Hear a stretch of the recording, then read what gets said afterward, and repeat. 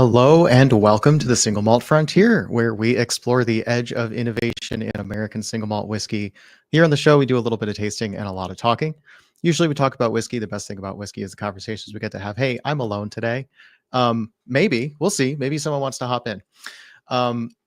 Usually I say we get to talking about a little bit of everything, but the little bit of everything is going to be everything about the American single malt whiskey definition today. So I'm your host, Doug, or has been known around the internet, Demi Tastes. I'm solo for the first time, maybe ever, but this was too good of an occasion to not show up. So hello, everyone who's hanging out in the chat. Overland Drams, good to see you. Thanks for coming over from the Whiskey Vault, where we were watching Daniel's live stream earlier today. Freedom Malts, good to see you as usual. So there is an Instagram live saved on Freedom Malts' channel. It's not the best way to watch like a long 2 hours, 20 minutes, I think, conversation about, essentially podcast level stuff. My podcast level, nearly 2 hours of content. But that is there. It was a great conversation. I can only hope to do that conversation justice today as I'm sitting here solo, basically saying, hey, I am going to do my best to break down everything about the American single malt whiskey ratification. Today is ratification day. So happy ratification day, everybody. Glad you're here. So just in case people, I'm usually like 5-10 minutes late, so I wouldn't be surprised if people aren't rushing to join in on the live stream right this minute. I think I've done everything I can in terms of announcing that this is happening. So I might just stall for a little bit to see as people trickle in. So if you're in the chat, let me know what you're drinking, and I certainly hope it's American single malt today, because today of all days, well, it should be American single malt. Let's see. I need to figure out what I'm going to drink. I might just hit the same kind of set of stuff that we hit yesterday, because starting from scratch, that is the stuff that I would like to talk about. So like sort of like the brands that are biggest in my head right now in terms of mind share that they take up. Some of them are behind me. You can see over there, we've got a couple of bottles of Lost Lantern American single malts. You can tell because of the brown label. We've got a Copperworks, a Boulder, a Del Bach. That is Balcones Cataleja, which I might pour tonight. That's an excellent one that I don't touch very often. It's super intense. Probably doing that at the end. Over here, we've got the McCarthy 6-year, the McCarthy 6-year PX, the McCarthy 6-year Oloroso, I believe. Or maybe that's a single barrel.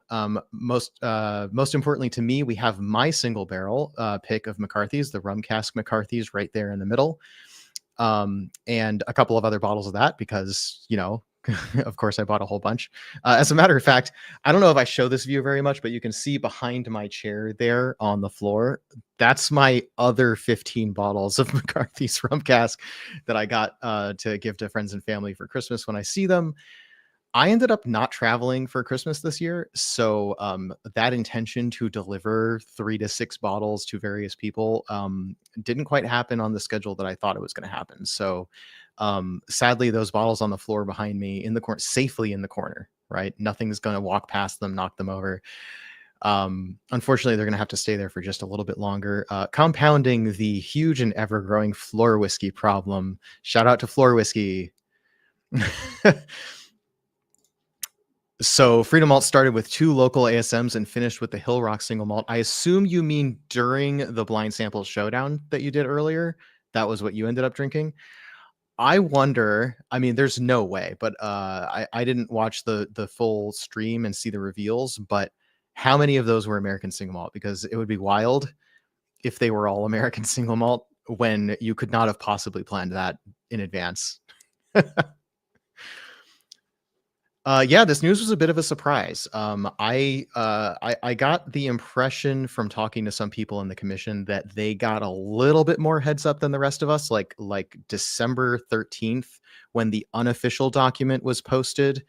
That wasn't like their first indication that was going to happen. Sadly, none were. Oh man, that's a bummer. Just because of the day. That's the luck of the draw, right? The random number generator. It's just how it goes. But I hope that you appropriately proselytized American single malt during that stream in any case. So I should probably take off my jacket. It's kind of warm in here. Yeah, I will in a minute because I'm going to have to go grab at least that Cataleja over there. So by the way, Freedom Malts, if you want to join me on this stream, I will send you the link. You can drop in. I don't know if Phil will be able to join because he is working, unfortunately, at least last I heard. So we'll see. Maybe he'll be able to join us a bit later. But for the moment, it is just me. I'll try to do anything at all to keep the pace up. But I will definitely have some dead air as I go find some resources because I also have a day job and I have been pretty busy this week with that, let alone American single malt whiskey news. So I'm glad to be here and doing this anyway. Thankfully, this is a topic that I'm extremely well versed in. I have an entire year and a half. Okay, cool. Yeah, I'll send the link in Discord.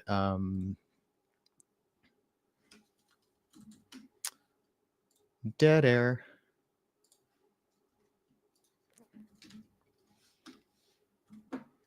Okay, you should have that link in Discord now, Germ. Hopefully I sent it to the right person. Yes, I did. Okay. It's a little bit of a chaotic day today. Yeah, great. So when you pop in, I'll phone you in. I think we did a great job of pacing out this conversation yesterday. One of the things that I wanted to do today is probably get into the document. One thing that's kind of interesting about the final document that ended up coming out is that they basically reformatted the unofficial document. Was like a double spaced, it's not Times New Roman, but it's Arial, right? Like it looks like a college essay, plenty of room for editing, whatever. It's literally here, let me put it up on screen so you can see what I mean.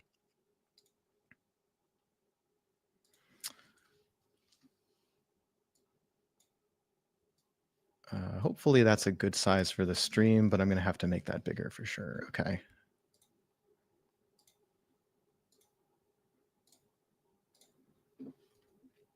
Can you see that? I think you can see that. So that is the draft document that that I downloaded because I wanted to have a copy of the draft before they potentially changed it. I was hoping it would be easy to see what had changed, but like as you can see, this is like double spaced college essay, or like essentially like editor's draft, right? And what they ended up publishing, now I'm going to have to do the hard work of actually finding that link again. Hang on. Thankfully, I sent all these links to myself because I at least thought that far ahead. The Federal Register, there's the link. And this is now the published document, and we get the PDF view printed version. And let's bring this over to this window. So this is the 3-column tiny type. Instead of 29 pages, 39 pages. I've been saying 29 pages. Instead of 39 pages in the original document, we now have 10. But this is tiny type in 3 columns. And I'm honestly not sure what publication this is meant for. Like, why does it need to be tiny type in 3 columns? I have no idea. And so as a result of that just difference in formatting, it's not easy for me to eyeball what has changed, if anything. So hello, Jason Coates. Good to have you here. Really good to see you. I'm stoked that everyone who's here is here. And I hope that more people pop in. I know that it's late. It's 10 p.m. on the East Coast. It's 9:12 p.m. Central Time. So like all of the normal people, like the distiller types that hang out in our chat sometimes, are probably asleep because they get up early. That distilling day starts really early. So I don't know if we're going to hear from any of them tonight. But I have had a chance to talk to at least the people I'm closest with in the industry over the last few days and kind of get the vibe. So everybody's been like, I mean, no surprise here. Everybody is super enthusiastic about this, and they should be, right? So the American Single Malt Whiskey Commission has been lobbying the government essentially since they formed up in 2016 and formalized their definition, their proposed definition of what American single malt whiskey should be. That was formed in 2016, and they've been petitioning the TTB for a really long time. Here, I will put this up on screen as well. So first things first, it's important to understand. So that's, with permission, I stole that graphic for the thumbnail for this video. I would say loose permission. I didn't like ask the editor of the website specifically if I could use this graphic, but people in the commission said, yeah, feel free to use our graphics, because it's not about ownership of the graphics. It's about sharing this freaking great news, right? So the first thing to look at is, what is it that American single malt whiskey is? And I actually think it's better to start here than from the, let's call it a 39-page legal document talking about all the rationale and all that sort of stuff. What is it that American single malt whiskey is? I also think it's important because I've tried various ways to write about this. People who have been fans of the channel for long enough know that at least I've mentioned it in like half maybe of the podcasts. I'm working on a book on American single malt whiskey. That's the whole reason this podcast exists. I wanted to do producer interviews.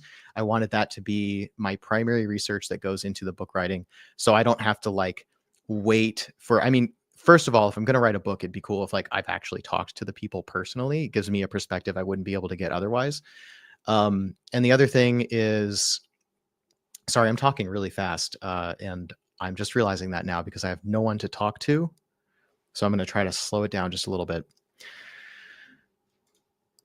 I also didn't want to necessarily pin whether I could use specific information about or stated by any of the people who've given interviews about American single malt whiskey on other podcasts or on other publications and have to wait for permission from the publishers of those things to use their content. Thankfully, people like One Nation Under Whiskey, if I remember right, they said they were open to me using it, using their content. But that was like a less than totally enthusiastic thing, if I remember correctly. Whiskey Lore was fine with it, if I remember correctly.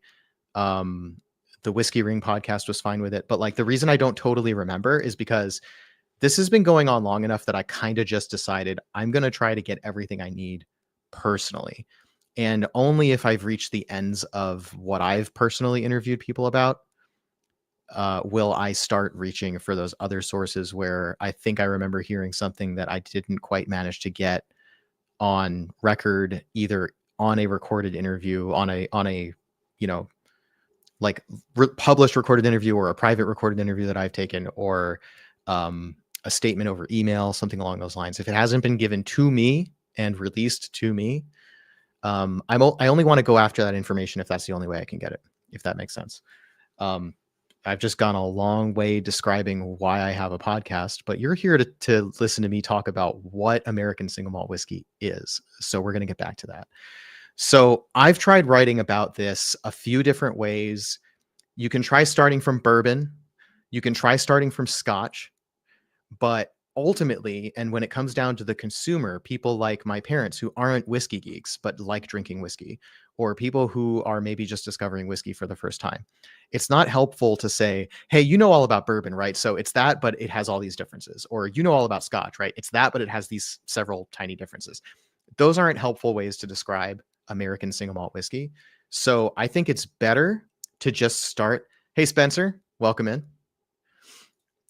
So I think it's better for us to just start from what it says American single malt whiskey is. And even taking it a step back from that, what is whiskey?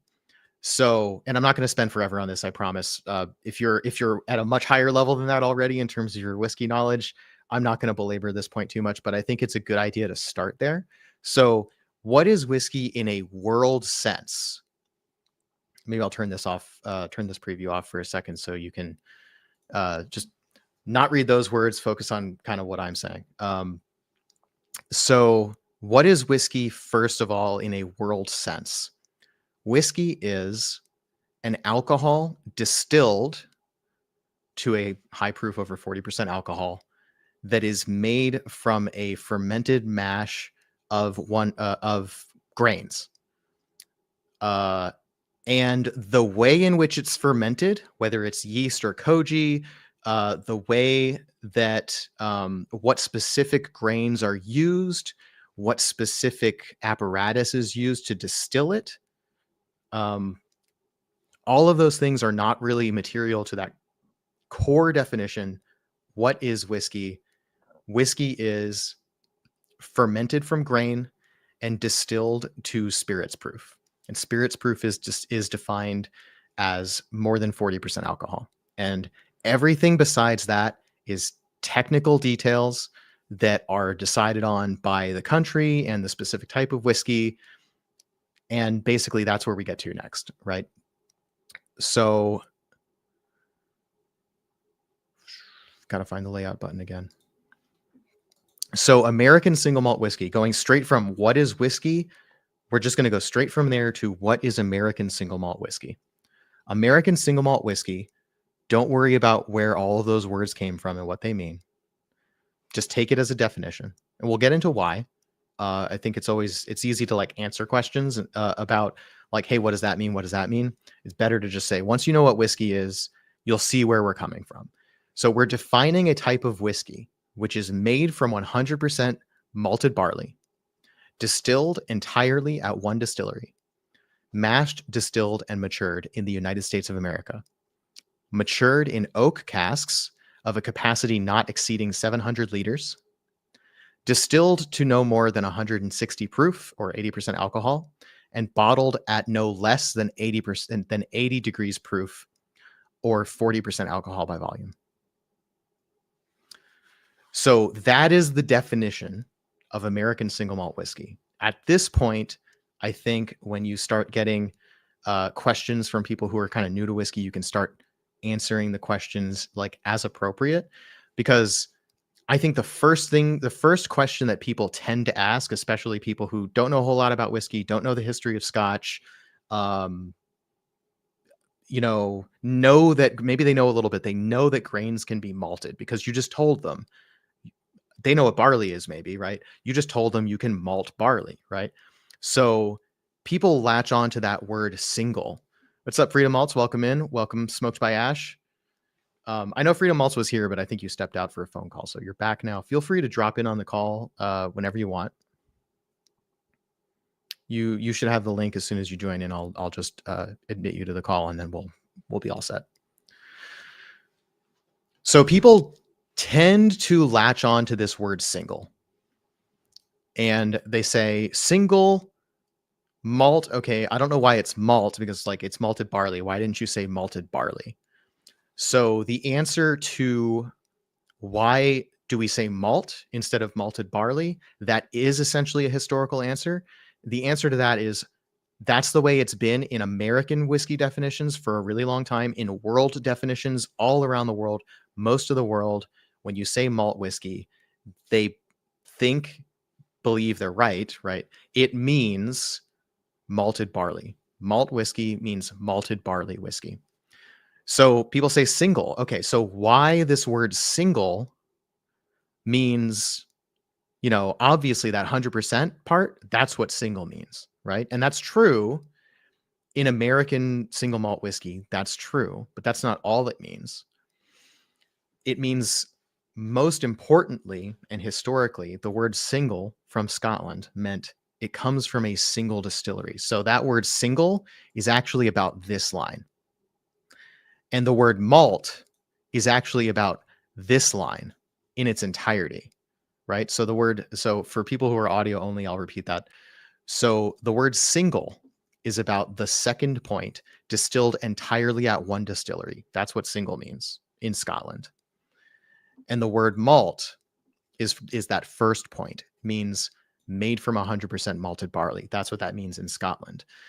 Now, since there's no analogous definitions to the rest of Scotch whiskey definitions in the United States, when we say single malt whiskey, American single malt whiskey, what we're saying is we want to make a style that pays homage to Scotch single malt whiskey, essentially what the rest of the world calls single malt whiskey. It doesn't have to be Scotch, could be Irish, could be Japanese, could be Australian, Israeli, Indian. They're all doing the same thing.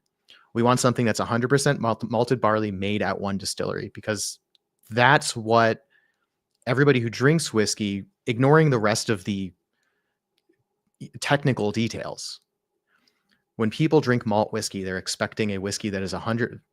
When people drink single malt whiskey from anywhere in the world, what they're expecting is a whiskey made from 100% malted barley and distilled at one distillery. The rest of it is technical details. So, and then sort of in the same line, people will ask a question around like, well, why does single malt have to be barley? Why does the single malt have to be barley? And that comes back to that point where people assume that single is about the 100%. In the United States definition, just because there's no other similar definition, that word single actually kind of means both of these things. But it's important to remember and realize that actually the word single just by itself is not defined in the regulation anywhere. What has been defined is actually this whole phrase, American single malt whiskey, and it means this stuff. So single didn't get a definition. Malt whiskey has already been defined, but it doesn't matter because this definition defines it again, or defines specifically what malt whiskey means in this case. So the thing to remember is American single malt whiskey, that whole phrase exactly as is, that's what's been defined and ratified today, December 18th, 2024. And now I'm going to bring Germ into the call. Thanks for joining me, Germ, for the second night in a row. I know you're probably tired from that call and you're tired from the stream earlier today. So I'm not going to try to like make this thing go on forever. So no, that's I'm good. I like I can't actually see what I'm actually doing right now. I'm trying to set this up to stream over to my channel as well. So but okay. Yeah, no, I'm good. Obviously, yeah, I don't want to run till midnight again. Yeah. But any chance I can get to talk about American single malt, I will, and especially today. Today's big especially day. today. So you continue your point. You were going on about something there, and I think I think I finished the point. If I didn't, I thought I reached the end of my thought. So if I didn't, chat, let me know if that was confusing or if I just cut myself off randomly. But basically, I was making the point that for people who know what whiskey is, or once you sort of establish whiskey is fermented from grain and distilled, then you sort of go straight from there to American single malt whiskey, and you don't worry about its similarities to other categories, because that tends to make things confusing. I think that's the best context for us to start this conversation from. And then we acknowledge that this definition was inspired by the Scotch rules for single malt Scotch whiskey. And we kind of go from there. So if we look at this definition again on that point, matured in oak casks of a capacity not exceeding 700 liters. So 700 liter cask barrel. Cask is barrel is a specific size of cask, but cask and barrel are basically used interchangeably. So when we say cask, we kind of mean barrel. Don't worry about that. This 700 liter limit, that is copied from the rules for single malt Scotch whiskey. So this is a nod to the single malt Scotch whiskey definition that inspired the American single malt whiskey producers to make whiskey in the style that they have, right? This isn't a barrel, it's just a stinking cask. Yeah. Funny. So not to interrupt here, but I need something in my glass, and yeah, I thought I heard you mention Catalea. Yes. Do you have is that what you're going after right now? I'm gonna go grab it now. So I didn't want to like stop talking when I'm the only face on air, because dead air is a thing. Dead air is. But now that you're here, I'm gonna go get a drink. Yeah. Cool. So now they can look at my dead face on dead air. But no, that sounded really good. Catalea. We didn't touch that last night. We touched on Balcones a little bit, but we didn't sip any. So I'm gonna do my thing again. People who watched last night's live will have seen me doing this. This is a bottle that I haven't touched in a while, so I know that cork is dry and it's gonna stick. And I can tell you from experience that this is not the cork that came in this bottle. Yeah. And mine was not dry when it broke. So cork. Well, you get 300 bottles of whiskey or however many you have. I have 350 or something, and you're bound to break a couple of corks. But this season, the last like 3 months, I've broken like 5 corks, and that is essentially never happened to me before. So it seems like my collection is getting to an age where the fact I haven't taken care of my bottles carefully enough is really starting to show. Yeah. Sean, what's up? Oh man, this is a sticky cork. And yes, Spencer, I will agree with that statement. Balcones corks are kind of dumb. I'm a huge supporter of switch to synthetic corks or a good screw cap. Yep. Interestingly, I like both options. Westland had a good screw cap, but it was also really sticky. Right. So they've actually moved away from it. So yeah, some of these Westlands with the screw, I mean, okay, I'm like, and I'm an auto technician by trade, so I don't have pansy hands, so to speak, and I struggle with these screw caps sometimes on Westlands. Yeah. You got to really crank it just to crack it loose, and then it's fine. So, but I'm still happy with that. I would rather have that than a busted cork all the time, or a dried out cork that lets air through. And then Westland switches to corks, and they did switch to synthetic, but yes, so it is a synthetic cork now, and Solom Second Edition is the first bottle I have with that new cork, and also the new beer cask finished and wine cask finished ones, which I don't have any. But yes, that's when I noticed too is Solom 2 had that cork on it, and I was disappointed. I think I liked the screw cap. I felt the same way when I first saw this bottle with the slightly, because between the screw cap ones and the current bottle has all this embossed, thoughtfully made Westland, all the branding all over the bottle. Like this is their bottle that they had made for Westland during the glass shortage and after they stopped using the screw cap one. So this was about a year ago, like November 2023. I went and interviewed Tyler Peterson like a week after he became master distiller. Really cool. That's unfortunately not something I've ever released as an episode because that was one of those recorded in person. It was a distillery tour. So like it's an hour of kind of fluffy content. And then like a sit down for 10 minutes and ask really pointed questions about where your peat's coming from. And I essentially made that into an article, not a podcast, but I kind of would like to revisit that content and see if I can do something with it audio based. But anyway, so in between the screw caps and the current synthetic cork with their own Westland bottle, the glass bottle has their own decorations on it. They were using just a standard, I don't have any within arm's reach, but a standard aspect bottle, right? Like it pretty much looked like this, but it was a neck with no decoration. It didn't have any special writing on the bottle. It was about the same size though.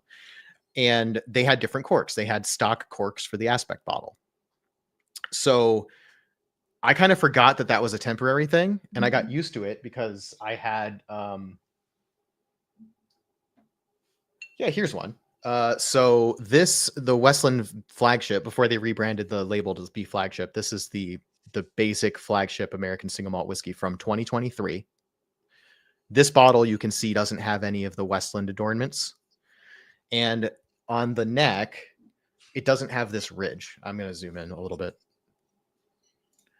So you can see the new one has this kind of ridge that pops out near the top. And the one in between has a smaller ridge.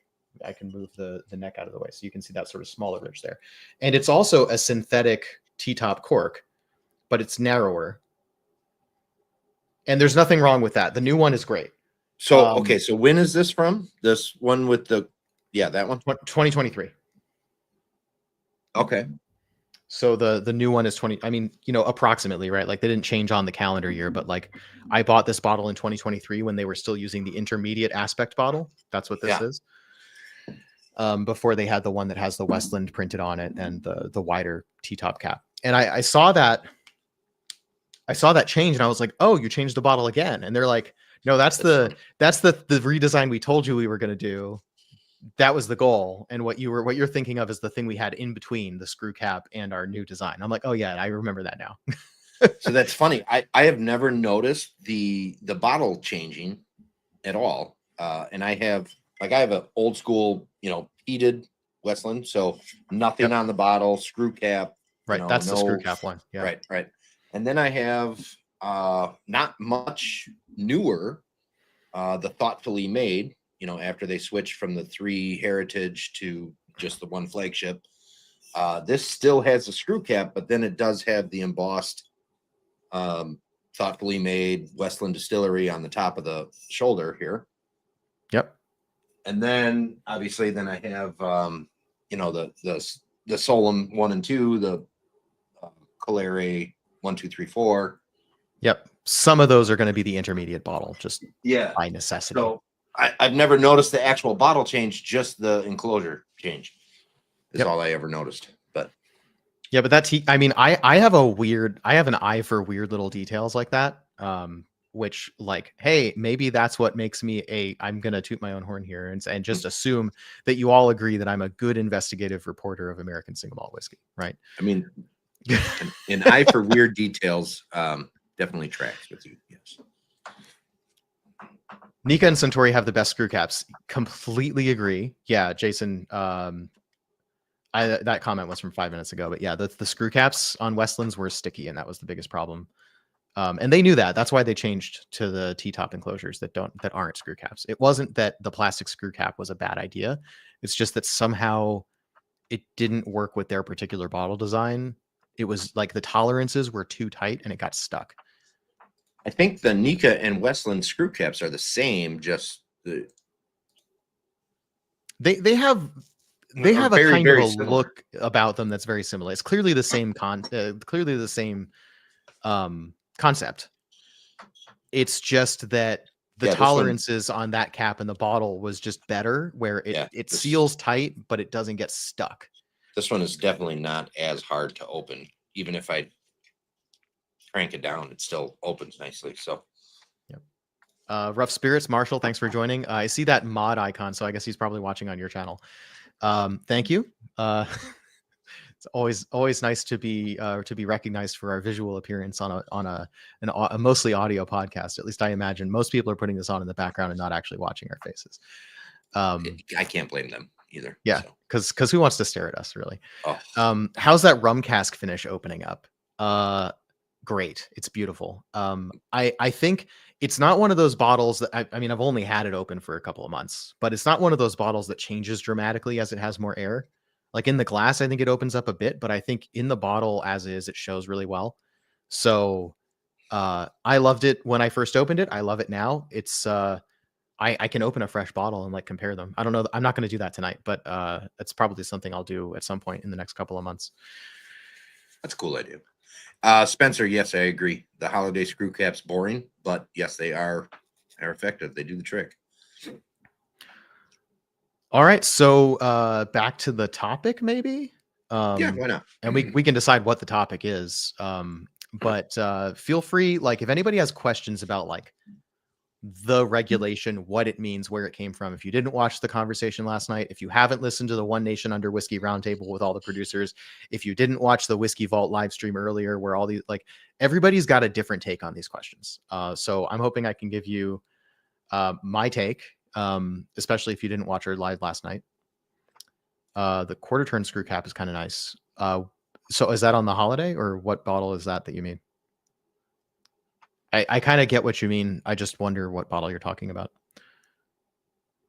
But anyway, so this definition that I have up on screen right now. So getting back on topic. Yeah, Ben. Okay, that's what Ben Holiday uses. Okay, cool. All right, so getting back on topic. So what I had on screen was, this is AmericanSingleMaltWhiskey.org.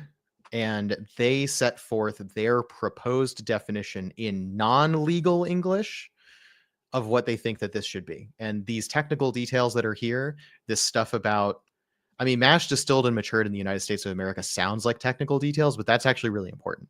That's saying this is a product this is a product of the United States from beginning to end. Everything except potentially the grain. And the reason that they didn't include the grain in this point is because a lot of these distillers, especially the ones that are making peated American single malt whiskey, they're actually getting their barley from Scotland. And there's enough really important American single malts that would get left out of the definition if they required American barley. At least what we know is that there are not a lot of American malting houses that are willing to work with peat, because most of those malting houses are malting for beer. Right. And that's the other thing, Jason. McCarthy's is worth this exception in and of itself, in my humble opinion. I mean, clearly I have a relationship with that brand. I've done a barrel pick with them. I'm friends with the distillers, the former master distiller, Joseph O'Sullivan, who's now at Minden Mill, who just released today. They just announced their American single malt whiskey. That happened today. Funny story about that. I saw that post go by on Instagram, and I immediately texted Joe, "Congratulations on finally releasing that Minden Mill American single malt." And he's like, "What? I didn't know we announced that." Whoops. So he was on the bottling line because it's holiday season and they're rushing to get these bottles ready for the market, right? Clearly, Minden Mill's media account was like, "Oh, it's ratification day. We have to announce this today. We can't wait like the extra day or two, whatever it was that they were planning, because they're in the middle of bottling this product." They announced it today because how could you not, right? And so Joe didn't know they were going to do that. Apparently, at least he didn't know they were going to do it at that time of day on that particular day. So that was kind of fun, where like a couple hours later, he called me and was like, "You broke that news to me." That's what he said. I mean, a little feather in your hat. So I thought that was fun. But yeah, so clearly I have a relationship with McCarthy's, but it is important to note that the American Single Malt Whiskey Commission acknowledges McCarthy's as a particularly special whiskey, because this thing that they say on their bottles, let me solo my face so you can see the bottle zoomed in. The first American single malt whiskey into barrel in 1994, the earliest that anybody knows about for an American single malt whiskey. And the commission has, they certainly have given lip service to this point, but I believe that they have really put in the homework, that they tried to find if there was anybody earlier than that. And as far as they know, in the 8 to 9 years that American Single Malt Whiskey Commission has been a thing, they have not been able to find anyone who did it earlier than McCarthy's. So at this point, they're all very well convinced McCarthy's is the first American single malt. And so it would be a damn shame if the legal definition of the category left them out. My research as well pointed towards McCarthy's being the first to put in barrel American single malt and to put in bottle American single malt. So yeah, that of course is all coming from like public documentation, right? So yes. I think the producers themselves have an advantage there, where they can all sort of in the commission share their records from as early as they were making American single malt and say, "Hey, this is the earliest we put single malt into barrel," and kind of figure it out that way. Not necessarily public information. I would have to caveat that by saying something like our current time or post-prohibition or something like that, because I can only imagine that as immigrants came over, early, baby steps of the Americas, that malted barley was the thing that they made whiskey from, because that's what they made it from where they were from, right? So when they came here, they found barley, they malted barley, they made spirit. I would assume that happened. Now, obviously, I don't know, and I can't really find any record of solely just 100% malted barley one place, but records weren't kept very well back then either. So that is true. Overland Drams, Hogsback. That's an obscure distillery. My guess is there's very, very few people that know about them and have, let alone have tried their stuff. I found Hogsback a single malt, actually very, very enjoyable, and would like to find where I can get some of that. Short of going to, I believe Hogsback is in Colorado, if I'm not mistaken, there and getting some. But a friend of mine has sent me a couple samples of some of their stuff, and it's very, very enjoyable. StreamYard is telling me my connection is unstable, so let me know if anybody's having a hard time understanding me. So I'll see what I can do to figure it out. I'm on Ethernet and everything, so I'm not sure.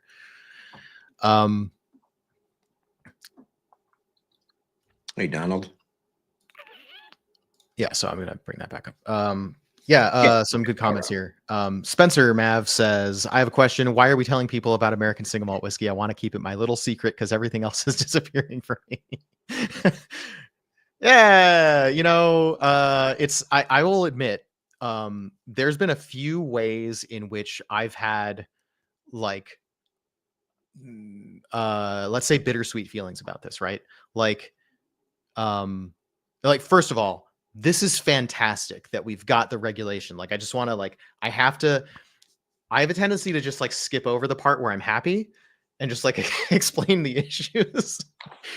But like we're fucking stoked. Like this goes without saying. This is amazing that this is finally happening. We have the legal type regulation for American single malt whiskey. That means the category has legitimacy it didn't have before.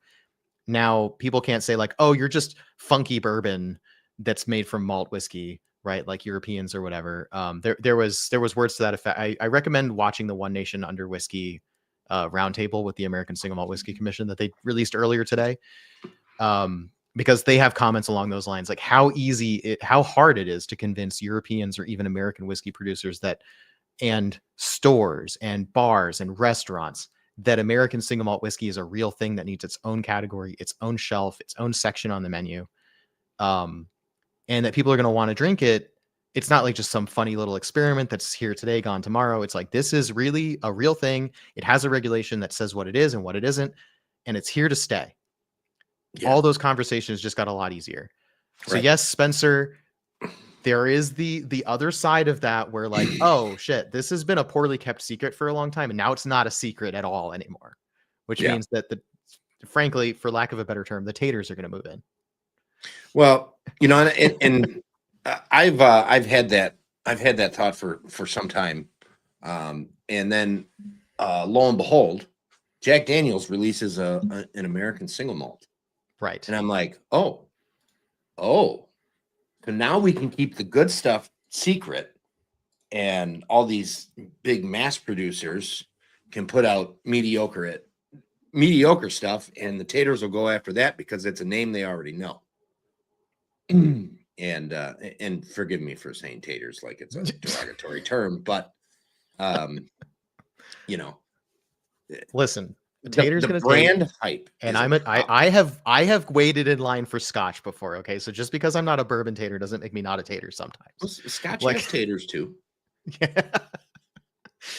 I can't say I've ever been a American single malt whiskey tater, although I will say the closest I've ever come is the first American single malt whiskey advent that I did, 2021, which was while we were waiting for TTB to take these words and make them into a proposal for the category.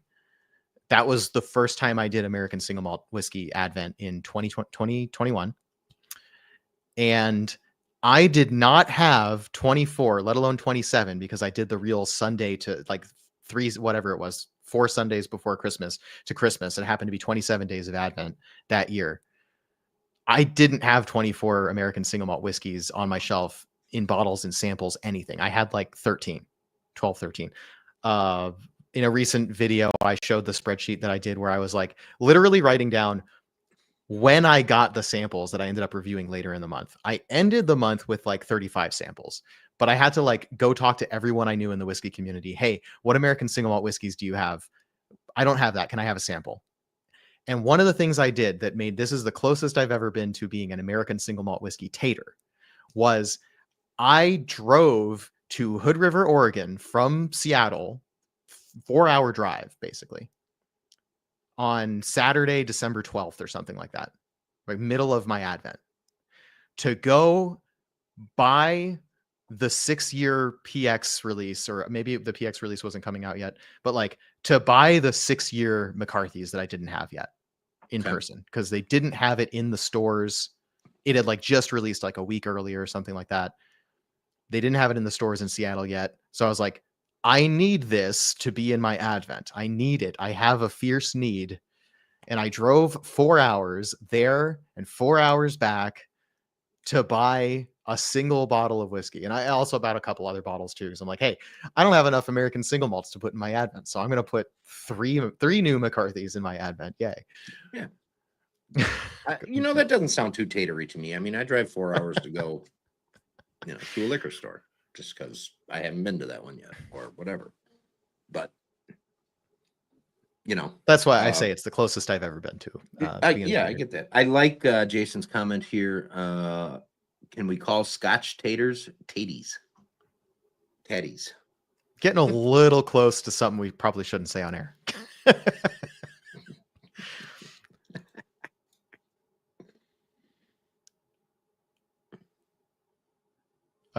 So that screen you were sharing there, Doug. It is a great day trip. I love driving through the gorge. Like there could be much worse day trips, right? Like I have driven from Dallas. So the first interview I ever did was with Jared Himstedt at Balcones. It was like August 2nd or something, like 2 or 3 days after TTB published their proposal in 2022. And I drove from Dallas, where I was visiting my in-laws, to Waco, which is a 2-hour drive, not that bad, for an interview that Jared was kind enough to give me with 1 day's notice. Now that drive, it's only 2 hours, but it feels like freaking forever because there's nothing. Texas is flat, mostly flat prairie. It's kind of hill country-ish out there, but it's still just like cows, grass, hay bales, and the road does a little bit of this, but mostly it's just flat and there's nothing at all to see. There's no mountains. It's mostly like yellow and dry in the middle of the summer. Like there's just nothing to see. That is an awful drive. I've had to make that drive in the middle of the night once because I went to school in Austin. I grew up. I spent like 16 years of my life in Texas. And I was driving from Austin or from Dallas, where I think I was visiting in-laws. I don't know. It doesn't matter why I was in Dallas. I was driving from Dallas to Austin at like 10 p.m. Yes. And you get the highway hypnosis so bad. There's no lights on the road. You get your headlights and the reflectors on the road is all you get.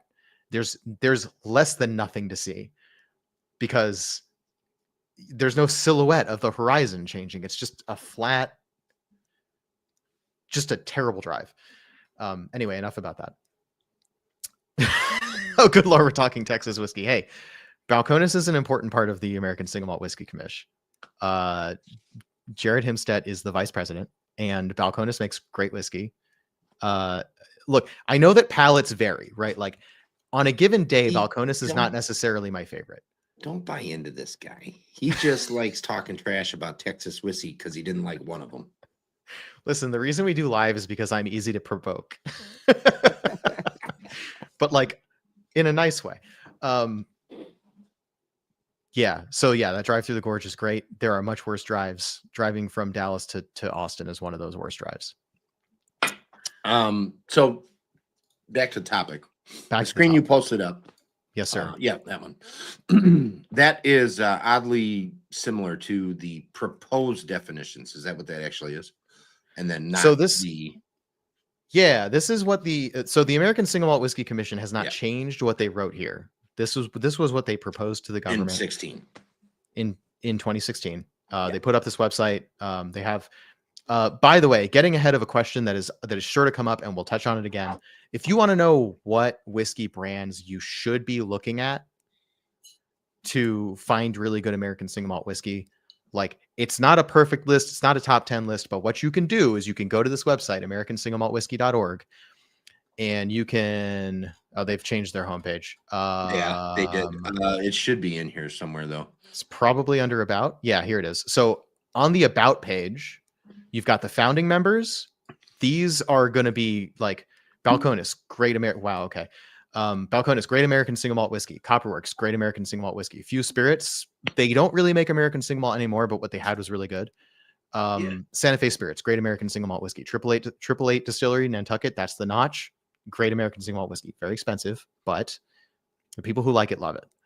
Virginia Distillery Company, if anything, the opposite. They've got great whiskey, but it's actually on the cheap side.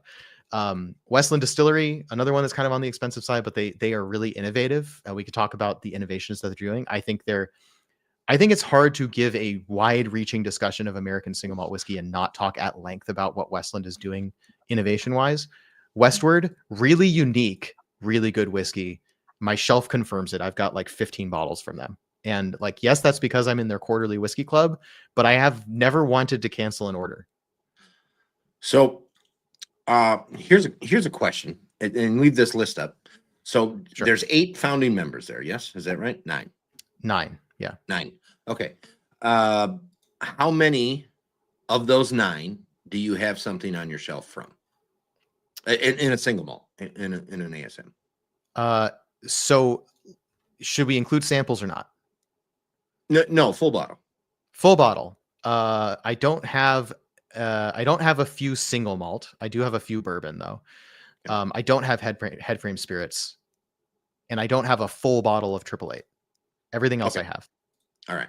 So I have one on that list that I do not have a bottle of. Okay. Which one is that? And it's head frame. I haven't been able to get a head frame yet. And I think that head frame is the Kelly is what it's called, if I'm not mistaken. But cool. I have heard pretty darn good things about it. So and then scrolling down a little farther. And like, don't stop at the founding members, right? Because there's great stuff down here. And like, in no particular order, I'm just going to highlight a couple that I happen to see. Andalusia Whiskey Company, great whiskey. Lost Lantern Whiskey is an independent bottler. They do great stuff. I know Germ is a fan of Bird Creek. Yes, absolutely. And Lost Woods, and so am I. Haven't had them on the show yet, but want to. And Germ and I are going to co-interview if our schedules work out. So that'll be fun. Monotoni, I actually, in a sense, I have some of that because I think it's behind me. Let me find it. I have a blend. I have a blend from Crowded Barrel that has Monotoni in it. Okay. So it's Hydra. That was Daniel's blend, the last one he did before he split from Crowded Barrel. No need to go grab it. If you know it, you know it. If you don't, you can't buy it anyway unless you go to their tasting room, and I think they're sold out. So, because they were almost sold out a year ago when I was there. Let's see, Minden Mill Distilling. They must be a recent addition to this list because that must be very updated because that was they didn't even have that name until like a year and a half ago or earlier this year. I can tell you as of 3 months ago that was not on this list. Yeah, Boulder Spirits. Should I zoom in more here? Boulder Spirits. Mm-hmm. These guys are great. Boston Harbor Distillery. The name Boston Harbor Distillery is not the name on their bottles. So that, if I remember correctly, that is Putnam single malt. Okay. That's pretty good stuff. That's definitely one not to steer clear of. Yeah. Oh, sorry. We missed some comments go by. Yeah. VDC is the VDC line from VDC is almost the most inexpensive single malt that you can buy at $45 a bottle. The Courage and Conviction series is like circa $100 a bottle. That's a little on the pricey side, but it's not the most egregious pricing of American single malt whiskey. So, no. Especially when you keep in mind the quality of the casks they're using, the fact that they hit a $45 price point on the VDC line and they're still quality casks. It's like, that's a mark of maturity of the category, the distillery, certainly. And I think the category, because when you have distilleries that are starting to put out loss leaders, right?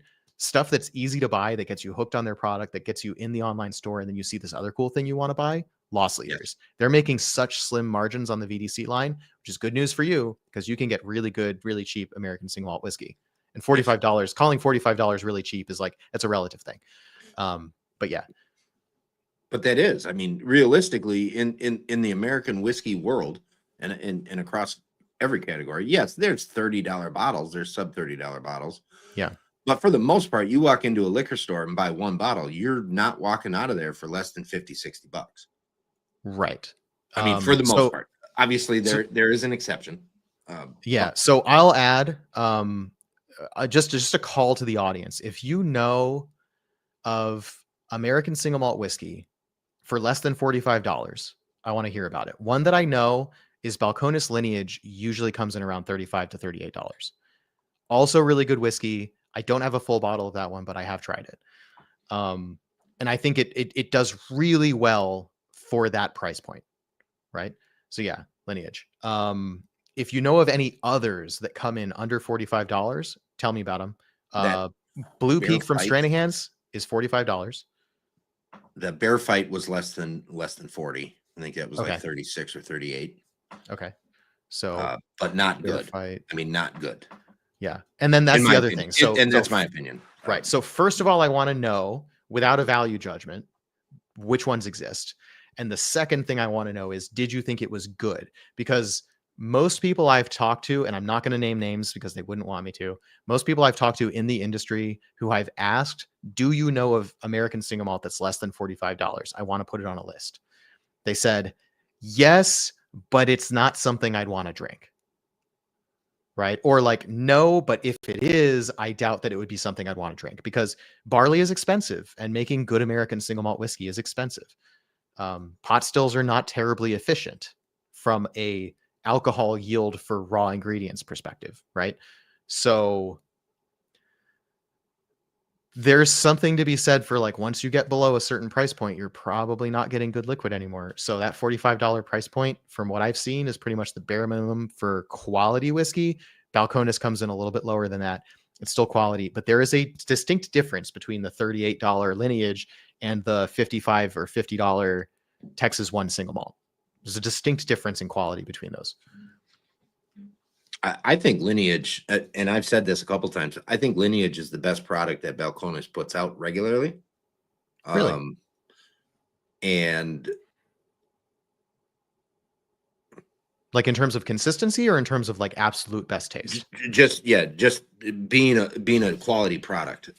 So it's fantastic. I think it's a fantastic single malt. I think it fits what I like out of American single malt the most, out of what Balcones does, and it's inexpensive. So you get that little trifecta going on there. Quality spirit put into a cask, quality stuff put into a bottle, tastes good, and price point is good. I think that's a winner all the way around for me. Obviously, yeah, I know there's some differences in what they do with their Mirador and their right. So Corey has a great point. So I'm in Seattle area, where we have the 3-tier system makes everything 20% more expensive than it would be anywhere else. And we pay 20.5% liquor tax. And we pay like a $3 something cents per liter tax on spirits. So when someone tells me this bottle's $45, I'm already doing the math in my head. That's going to cost me like $63 out the door. Right. When you go to Westland Distillery and buy in person, their final price for the $150 category, the Solum, Calare, and Gariana, those $150 whiskeys, out the door, it's $178, I think, after you've added all the taxes. And it's made in Seattle, so they're not adding that 20% because it came in from another state. But like something like Balcones, it started at $50. By the time I'm done buying it, it's $68. So that's just, on the other hand, I'm a software engineer by trade. That's why I live in Seattle. And Seattle has no state, Washington has no state income tax. So the place I'm paying my taxes is an alcohol tax, and I just have to make peace with that at some point. But yeah, San Diego, same deal, right? Like the taxes and just everything being expensive there, and the highest state income tax and blah, blah, blah. Like, yeah, there are certain states where things just cost a lot. Old Line's flagship malt is $45. Great to know. I've heard great things about Old Line, but I haven't had it personally. I know that Jake from Coming Whiskey really likes them. Oak and Grist, I have tasted samples, 2 different samples from them. They were both phenomenal. Oak and Grist is in North Carolina. They were hit really hard by the recent hurricane, like a month or 2 ago. and they ship to most places in the United States. So, I mean, like, I don't think marketing on a sob story is a great thing, but I'm saying as an independent person, think about what happened to them and take my recommendation that it's really good whiskey and go buy some whiskey from them to support them so they can rebuild and get back to a good place. Brooklyn, fantastic. Yes. It is Brooklyn, not. yeah. Is it pronounced Brooklyn or Brooklyn? It's Brooklyn Okay, spelled the so old way. funny you ask. Okay, so I pronounce this Brooklyn. Okay. Just the way I read it, the way I see it, that's how I pronounce it. The owner of the company, if you ask him how to pronounce that, he doesn't know either. So nice. His answer was, I don't know. So pronounce it Brooklyn, pronounce it Brooklyn, however you like. The word itself comes from the Danish language. And now I can't remember what it means because this was well over a year ago that I did the research to talk to the distillery. But excellent single malt whiskey. They only make and put out a 10-year-old product. That is all they do. And it is not under $45. Yep. Shout out to Hinterhouse. Absolutely. Oh, yeah. Hinterhouse. Very good. So according to the Whiskey Shaman, who has also done an interview with Hinterhouse recently, it is not pronounced Hinterhouse. And I believe Nate did not contest that fact. I don't know if he agreed with it necessarily. Maybe he did. I just don't remember. So apparently not Hinterhouse, maybe Hinterhouse. So that I learned from watching the Whiskey Shaman. And if you don't watch the Whiskey Shaman, you should. It's a great show. Yeah, absolutely. Also to answer the question, I probably did answer the question, but to answer the question, why is Washington so expensive? 3-tier system is a problem, but it's not the whole problem. The biggest problem, and there's a story behind that. So Washington used to be a control state. When they moved from being a control state to being a state that's not a control state, there were additional taxes put into place in the 3-tier system. That's one reason liquor is expensive in Washington. The reason Washington in general is really expensive is because this is an extremely liberal state, fiscally liberal, that has in its state constitution that there cannot be a state income tax. So they tax the hell out of everything else. The property taxes have itemized taxes for every little thing. We're always voting on a new tax because they don't have a graduated income tax. They just have property taxes and sales taxes. So this is the state that we live in, and there's basically no way to change it. Deer Hammer, yes. Yeah, Deer Hammer. Heard some great things about Deer Hammer. 10th Mountain, of course. Yep. So yeah, Colorado, 10th Mountain, Stranahan's, Boulder. Here's one nobody talks about: Peach Street. They make a single malt. What's the other one? They have a bottle. It was one of the bottled and bonds that I called out a while back. Why can't I remember? Out of Colorado? Yeah, from Colorado. I think it's somewhere back there on my shelf, but I can't see it. Well, it wouldn't be Boulder. No. God, why can't I remember? You talk about that. Oh, geez. Okay, dead air. Let's move on. So yeah, Oak and Grist we talked about. Old Line Spirits we talked about. I've had a sample of Keschel. That's Virginia. So my usual co-host Phil is the guy who runs the annual Virginia whiskey tournament, and he's not necessarily focused on American single malt. He's kind of all American whiskey. Anything that's Virginia, anything that's rye, that's kind of his focus. But Keschel makes Cashel. It's one of those. It's like a Gaelic word. So like think Scotch when you're pronouncing that. And they make a single malt that's really good. They fly under the radar. By the way, we were talking about Brooklyn. We got hung up on how it's pronounced. Brooklyn Distilling, really good single malt. I think it appeals more to a bourbon drinker's palate, which I like. I straddle the line between bourbon and Scotch. So like any kind of American single malt is good for me. I just like to call out there's some American single malts that are more Scotch-like and some that are more bourbon-like. And I think Brooklyn is more bourbon-like, but they do lots of good work with finishes. So if you like finished bourbon, you're going to like finished American single malt from Brooklyn. So also, I only have New York. Go ahead. Wait a minute. No, maybe I'm on the wrong. I'm in the wrong place. Brooklyn does not do the 10-year stuff. Brooklyn is the 77. Yes. Okay. Now I agree with what you're saying. Okay. I'm thinking Finger Lakes, which is Finger Lakes is the Mackenzie, single malt. That's all they do is the 10-year Mackenzie single malt. Also, oh, was there a rebrand on Brookellen's website? I don't know. I'm not gonna go check right now. Well, they Like they changed the name or just how it looks? no that and I'm thinking about somebody else's too, because New York Distilling just recently moved, and I would assume that they rebranded after they moved. But that's still not Brookellen. Yeah, so New York, as long as we're in New York Distillery is great. They make a single malt. I have tried very little of their products, but what I've had impressed me.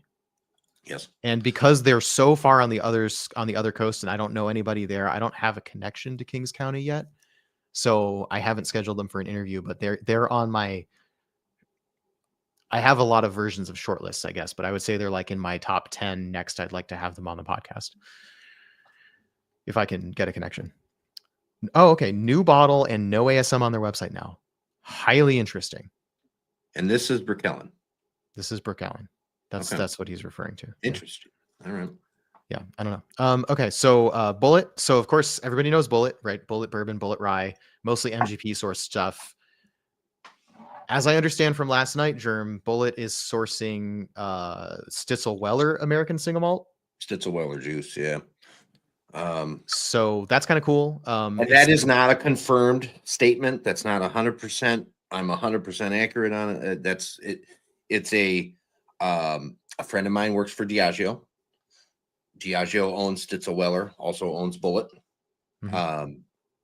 And it is. We were playing the 20 questions guessing game as to who actually made the stuff, and he said, "You said it within the first three, things that you guessed." And then he added that it was one of the oldest distilleries.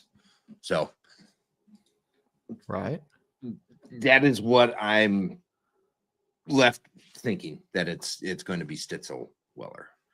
So. I just remembered that I haven't been watching the Instagram comments at all, and I should.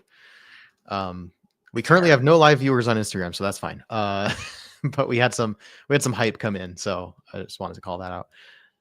There's lots of like hell yes and let's go's kind of going on. Yeah, Corey, I'm just seeing your comment now. Kings County is fantastic. But everything from Kings County is fantastic. Their single malt is really, really good, which they should be releasing another batch of single malt here shortly. They haven't made one or put one out for a few years, but they have some 5-6-year-old casks sitting there. Dan says the Whiskey Punkard says that Old Line might be under 50. I'll have to check. That would be good to know.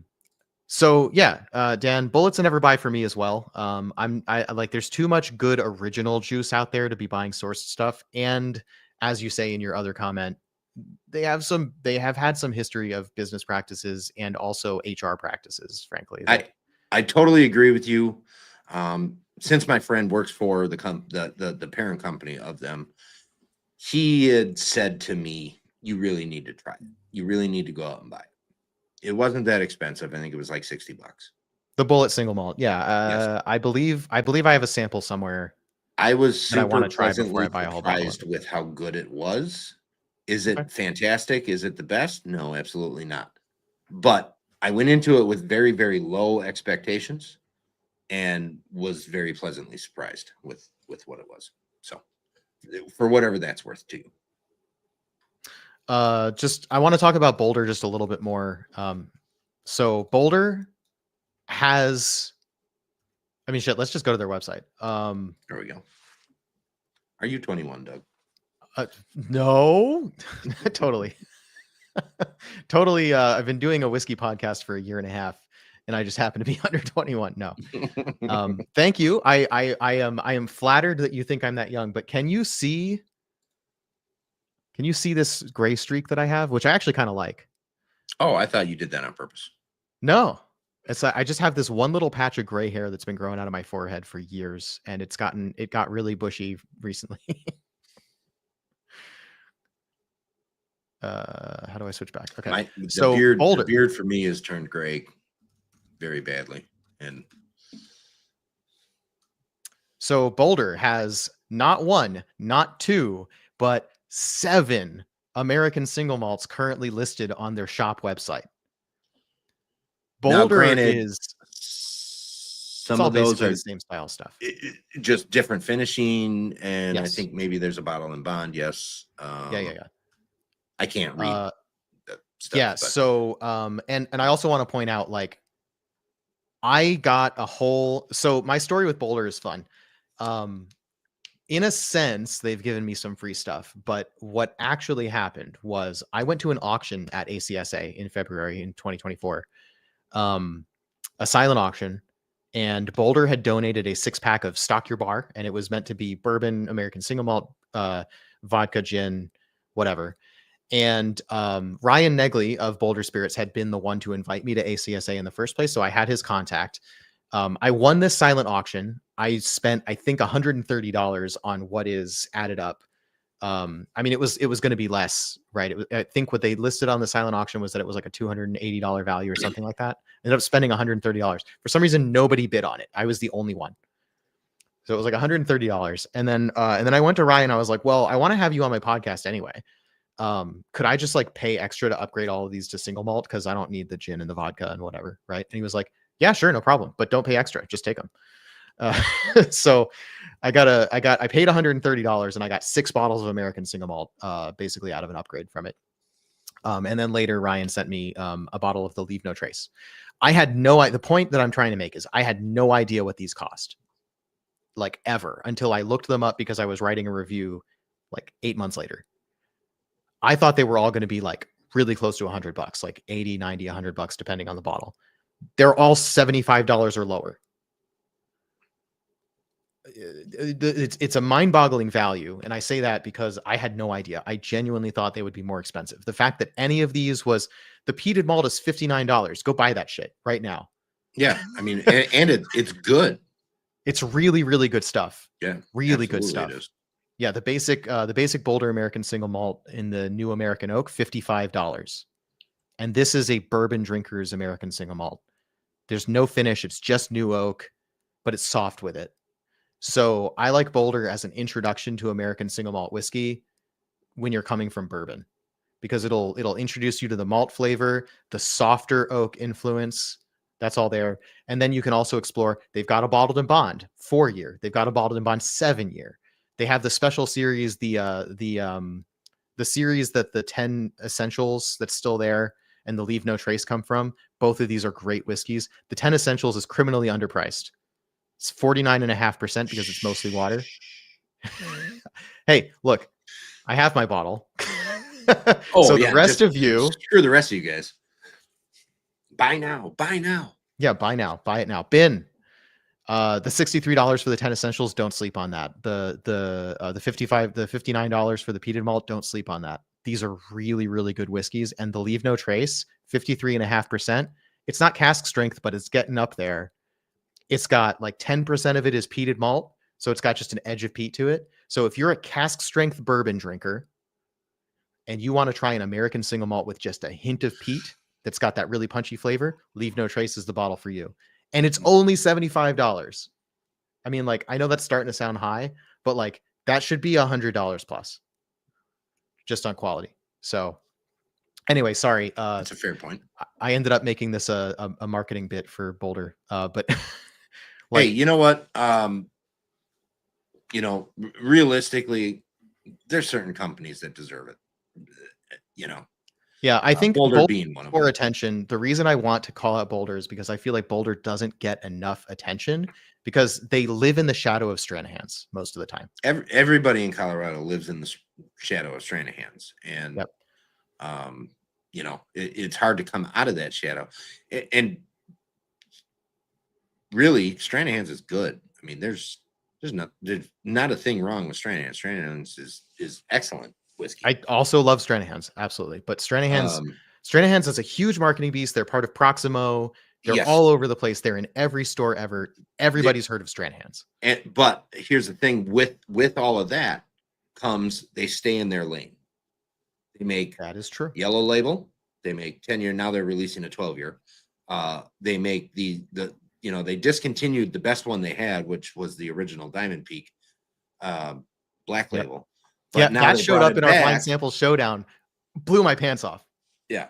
They brought Black Label back, the Diamond Peak, but now it's a short finish on a 5-6 year yellow label. Yep. And it's different every year. Yep. Different But finishes. for the most part, they stay in their lane. They make what they make, and they don't vary. Whereas Boulder, i.e., 7 different versions of a single malt on their webpage right now, you know, they're gonna make what they want to make, and it's gonna change on a regular basis, which keeps it interesting, keeps people interested and excited about trying new things from them. Whereas Stranahan's like, and this is a funny thing because, you know, Stranahan's has gone through some label changes. Yep. Their new label has the square paper on the bottom. I have nothing of that new label except for a couple single casts. I have 2 single casts. Everything else from Stranahan's I have is still a very old label because there's, you know, obviously this is discontinued, but there isn't much change. I have the Diamond Peak over there too. Hang on. Yeah, I mean, I got a bunch of them there, and that one was easy to reach. But what I'm getting at is the distilleries that are going to explore and experiment and do different stuff and put them out. That's who I'm excited about, because you don't get the same stuff every time you go buy it. If I want the same stuff every time I go buy it, you know, I hate to say it, but I'll just stick with bourbon. Yeah. Word. Feel that. So first of all, Jason, for reasons I'm not going to put up that comment, but I accept. We'll talk offline. So let's see. Old Line. We got something about Old Line.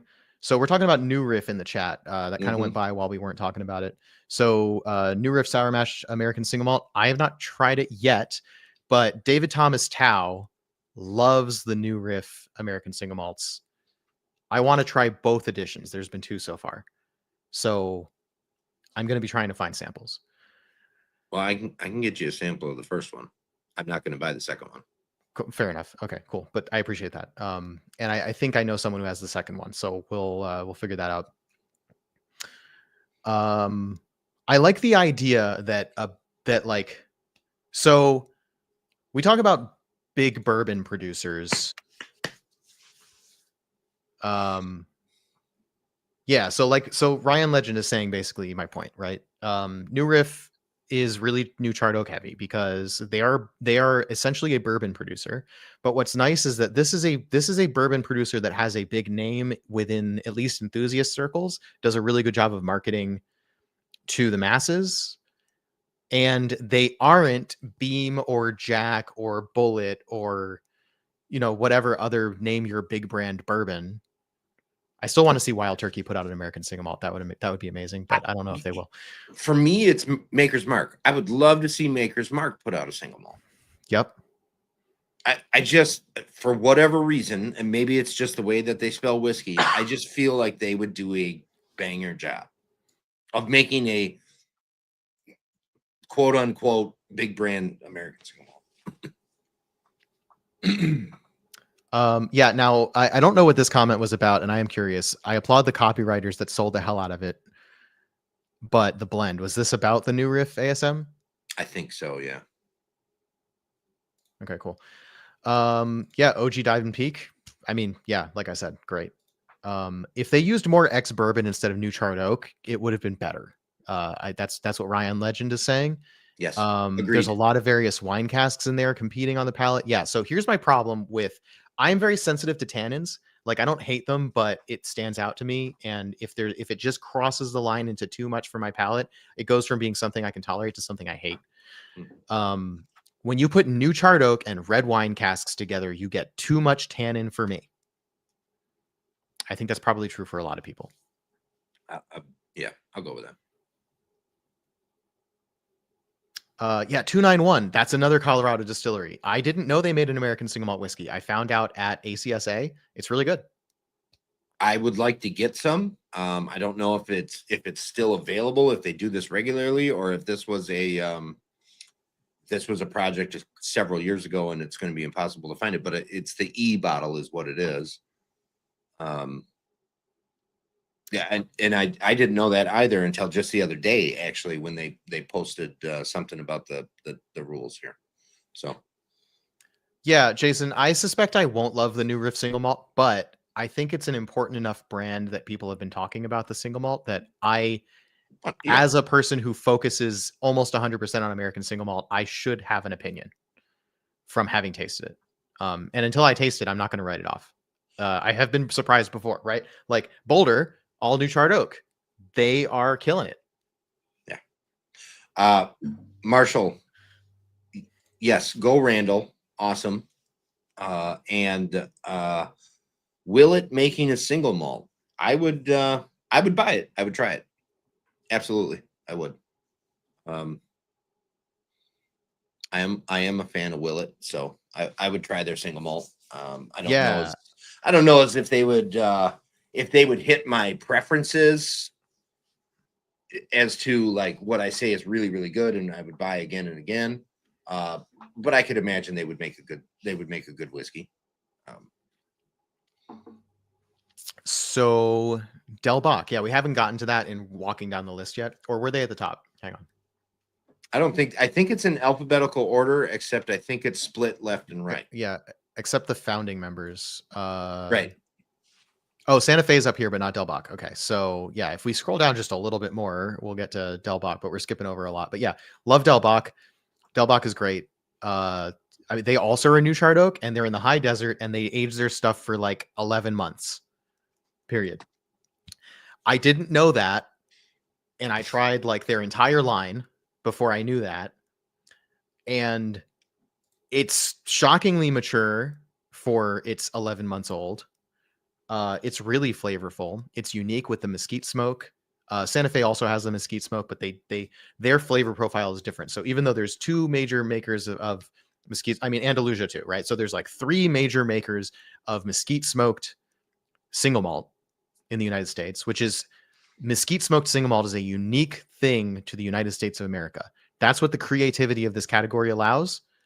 So like that's awesome, right? We have a genuinely new way. Like there's peated whiskey, there's unpeated whiskey. Now there's mesquited whiskey, mesquited single malt. That's worth looking for. Del Bach is unique. It's really good. It's really flavorful. They do finishes exceptionally well as well. Yeah. Mark Viertaler has a really keen sensory palate evaluation regimen. And quality control is fantastic there. And he talks about sensory evaluation to target. He does like seminars and stuff where he talks about like how to make sure that even when you're a small craft distillery, you can hit your sensory goals for your products. So like I dare say a thought leader in the category, really talented staff at Del Bach. Not to leave out all the other distilleries that clearly also have talented staff, but I'm speaking from, I've been to his seminar and it's extremely thoughtful. Yes, Jason, it'd be a purple top and it would be $700. Yeah, you're right. Yeah. Foggy Burl. There's one to talk about. Redwood Empire and their Foggy Burl. Have you had that, Doug? I have not. Okay. I've heard mixed opinions. I can package a sample up with you with that new riff with that in it as well. Again, another one that you need to try for a point of reference. This one you may like more. Okay. I don't know as if you're going to say, oh, I love it. But you may like it a lot more than the new riff one, judging by what you just said about the overly tannic. Yep. Okay. A Del Bach and Cedar Ridge collab. Hell yeah. Here's what Del Bach Cedar Ridge, cool. I would like to see a collab with almost anybody. Yeah, all of these American single malt whiskey producers absolutely sharing barrels and styles and doing some kind of a blend. Now, that's one thing. If we're actually getting into like, we're here to talk, I mean, Ratification Day, yay, American single malt's a category. What did they leave out? Blend of American single malt whiskeys was not defined. So things like the Lost Lantern vatted malt, however, is just a blend of straight whiskeys. But yes, that's okay. So, however, as in, so we know that if you're a straight rye whiskey on the label, it has to be anything in that bottle has to be distilled in the same state. Doesn't have to be the same distillery, but it has to be distilled in the same state. Straight American single malt has to be distilled at the same distillery. So the state thing isn't a thing. But with like rye whiskey, it can be a blend of straight rye whiskeys that comes from multiple states. Yes. As long as they call it a blend of, and the blend, those were straight rye whiskeys. So I think with that said, we can have a blend of straight American single malt whiskeys without any rules needing to be, added, changed, whatever. I think it just fits into what we have, right? So the previous factoring of the rules, I think we talked a little bit about this last night, where they used to define straight as a separate paragraph that could be applied to any type of whiskey. They've changed it all to a table that explicitly enumerates the types of whiskey. Yes. And the straight types are called out as separate lines. And this rule that's been added for American single malt whiskey. Oh, so and blended, both straight and blended. Straight was definitely a different paragraph. Blended was not. Blended was already enumerated. This one doesn't enumerate the blended thing. I don't know. I've been talking about this for like 3 days straight, and I'm losing coherence. I apologize. Right. I do know what you're saying. Yes. So blended malt whiskey, blended rye whiskey, blended bourbon, those are all specific sections of that table, as well as straight bourbon, straight rye whiskey, straight malt whiskey. Those are all separate sections on that table. So but if I take 6 whiskeys and when I buy them, they're straight rye whiskeys, and I blend them together, I can call it a blend of straight rye whiskeys on the label. So I think they should be able to do the same thing. I think they'll probably get away with it. So yes, I think they'll get away with it. I won't attribute this comment, but one of the comments I've heard from a producer has been that TTB, so asterisk, TTB ultimately is people that are making decisions subjectively to some extent, based in the fact of law, but to some extent subjectively, about whether they will approve a label or deny a label. This whole thing we were talking about yesterday, Germ, about how like the phrase American single malt whiskey with no breaks, no additions, no changes to the American blah, blah, blah. The letter of the law says if it's an American single malt whiskey claiming the type American single malt whiskey, the label has to say American single malt whiskey somewhere on it. Right. TTB may allow substitution of region on the basis of these labels already exist. Everybody knows that's an American single malt whiskey. The COLA approval says it's an American single malt whiskey. Put it on the back label, whatever. There's probably going to be ways around the strict letter of the law that requires the front label to say American single malt whiskey, quote unquote. And along the same line of thoughts, it's very likely that it will be okay to take a bunch of American single malt whiskeys from different states, different distilleries, and put them into a blend and call it a blend of, say, like hypothetically, a blend of straight American single malt whiskeys. And there is every possibility that will pass the TTB. And like Ryan Negley says, I asked him, hey, why are you allowed to put American single malt whiskey on a single line on your bottle? And he said, I don't know. The lawyers kind of figured that out. And once TTB approves it, no takesies backsies. Was part of his answer, was his pithy answer, but the actual, like, I did a little bit of research, and basically the reason for this is because there's 2 ways to be American single malt whiskey prior to the ratification of the American single malt whiskey, quote unquote, category. One way is your whiskey distilled from a fermented mash of 100% malted barley, blah, blah, blah. Not great for marketing. The other way is your malt whiskey, because you aged in new charred oak, because malt whiskey means 51% malted barley at a minimum and aged in new charred oak, just like bourbon, just like rye. Malt whiskey was already on the books. And then the term American is just a region, and that's true. And single had no definition. So you can write the type malt whiskey on your label and then add extra words to the front, and that's fine. So you can be a malt whiskey and label in a single line American single malt whiskey, and you're fine. So that was true then. It's going to be true now, except that now the phrase American single malt whiskey has like legally protected standard of identity. Correct. Okay, so there's a few comments that are really good here. So Marshall Rough Spirits asks, what finish in general works well on American single malt? Yeah, great question. Obviously, And I want to put up another comment from someone else in answer to that. Cedar Ridge old wine barrels with Delbach mash and weather. That sounds freaking amazing. I mean, it does. But yeah, what works well? I like think Overland's comment, ex-bourbon. I totally agree. Yeah, ex-bourbon is great. And I don't know that should be a full ex-bourbon counts as a maturation. finish. Yeah, No, that should be a full maturation. But I digress on that. But Yeah. as far as finishing goes, I think realistically, it very, very much depends on the specific spirit, who makes the spirit, how heavy is the spirit, how light is the spirit, blah, blah, blah. So like obviously Cedar Ridge stuff works very well in many, many different finishes and very heavy finishes as well. So I mean, he's very finish heavy. That's what he likes to do. And it works. His malt works really well for it.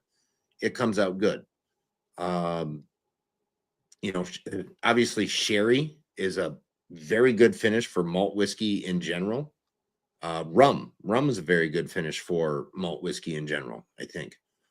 I think when you start getting into some weird stuff, you might find different things. I particularly do not like port finished malt whiskeys. It's not my thing. Yeah.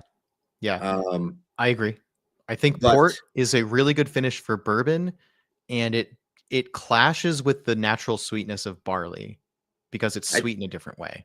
I think, yeah, I'll go with that. However, the VDC port finish is actually really good, and I think that works because they started an ex-bourbon, and also because Amanda Beckwith is really good at sourcing excellent quality barrels, and she is she's a very talented blender. She's got that shit nailed down. And again, I mean, it's variables everywhere. It variables in every step of the process, right? Yeah. So yeah. So the answer is always it depends, and in Jason's comment, same as other malts, really is absolutely the answer. I think so. I agree. Yeah. Sherry works fantastically because sherry works great for malt. We know that very well from Scotch.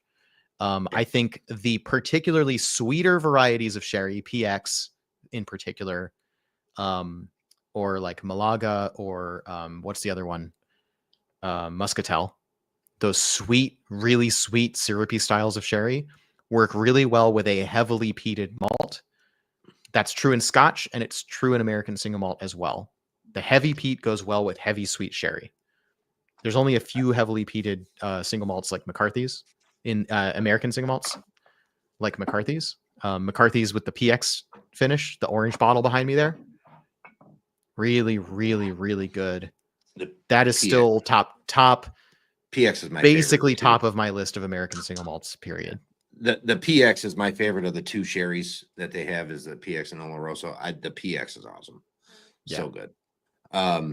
So since we're talking about Virginia, or you were just talking about Virginia, and we're talking about sherry, I'm going to do a little Virginia sherry cask.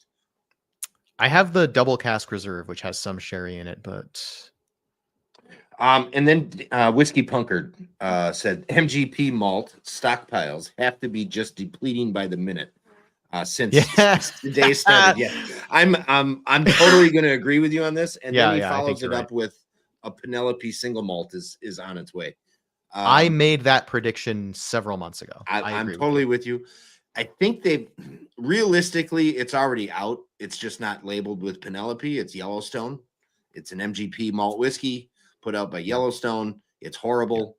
They can keep it, and everybody that rides the brand hype and that train, they can buy that stuff, and I'm happy to see it go. Yep. So in actual fact, we know MGP is making American single malt. If anybody had any question, is that a supposition? No, we know for a fact people are sourcing MGP single malt. Yeah, and they have been for some time. Yeah. Yellowstone, for example, very well-known example. So there was a question, did it say where the barley has to come from? Answer, no. Barley can come from anywhere. In fact, that was a really important part of what the standard doesn't say. So bringing back this, let me go to the homepage again. So bringing back this, mashed, distilled, and matured in the United States of America. What's interesting about that is what it doesn't say. It doesn't say that your barley has to come from the United States of America. So it doesn't say grown in, right? That's really important because there's a lot of, especially McCarthy's, prominent examples of American single malt whiskey that source their barley from Scotland. Boulder is actually one of those as well. Alistair Brogan, the founder of Boulder Spirits, is a Scot. And he wanted to make Scotch in America in an American whiskey way back before he was a member of the American Single Malt Whiskey Commission. He had this idea, and his idea was make a 100% barley whiskey, but besides that, make it as much like a bourbon as possible. Except he also used a pot still, so he didn't go full column still, whatever. He wanted to make something that felt authentically single malt Scotch, just made in America. And so his choice there was age it in the new charred oak barrels. But importantly, he's bringing over all of his barley from Scotland, from the UK. Not necessarily Scotland, but from the UK. Yeah, and I'm happy that they didn't put that stipulation in there where you could source the barley from anywhere. Yeah, I think that's really important. I think one of the sort of founding principles of this definition is that it wanted to define the edges of the category well enough that people agree this is a category that has protections for what it is and what it isn't. But they wanted to do it in a way that didn't prevent the creativity that American single malt whiskey is American craft whiskey. There's very little non-craft American single malt whiskey. Now we have people who are owned by Remy. Westland is owned by Remy. Malconis is owned by Diageo. Westward is probably going to be bought out at some point, probably because they're that big. They do a lot of business internationally. There's certainly... They're already Diageo, I think. Officially, I don't know that. Unofficially, I have heard they're 49% owned by Diageo. Okay, because I do remember them at some point in time when they started close to 2015 or shortly after they started close to 2015. They went into a program that was owned by Diageo. The program was owned by Diageo. And it wasn't a buyout per se, but it was an affiliation with. So then I would assume that at some point in time, that affiliation with turned into, part ownership, small majority, something like that. Bourbon with Friends, welcome in. I don't understand your question. I think he's asking, Bourbon with Friends, that's going to be Brian. So he works for 10th Mountain Whiskey. Oh, he said form, but he meant from. How does someone who works from a whiskey company to talk? Do you want to join the call? Is that what you're asking, Brian? Because you're welcome to join the call if you want. Just let me know. I'll send you the link. You can join in. Otherwise, feel free to clarify your question. I'm way behind on the chat now. Tequila finish was wild but good. Yeah. I think in the category of wild but good finishes, you also have like not dessert wine cask, like not like port, sherry, Tokai, Sauterne, not that kind of stuff, but just regular drinking wine, red wine, white wine, like Chardonnay, Pinot Noir. Some of those are just like Pinot Noir just makes sense. Like Pinot Noir from Oregon as a finish on Westward whiskey just makes sense. Really good stuff. That's my favorite core product from Westward is the Pinot Noir finish. White wine, especially Chardonnay, is wild. Sometimes really good, but unpredictable. You can't go into a store and see a whiskey that's been finished in Chardonnay and know for sure that that's going to be good. There's just something about it that's a little unpredictable. But when they're good, they're good.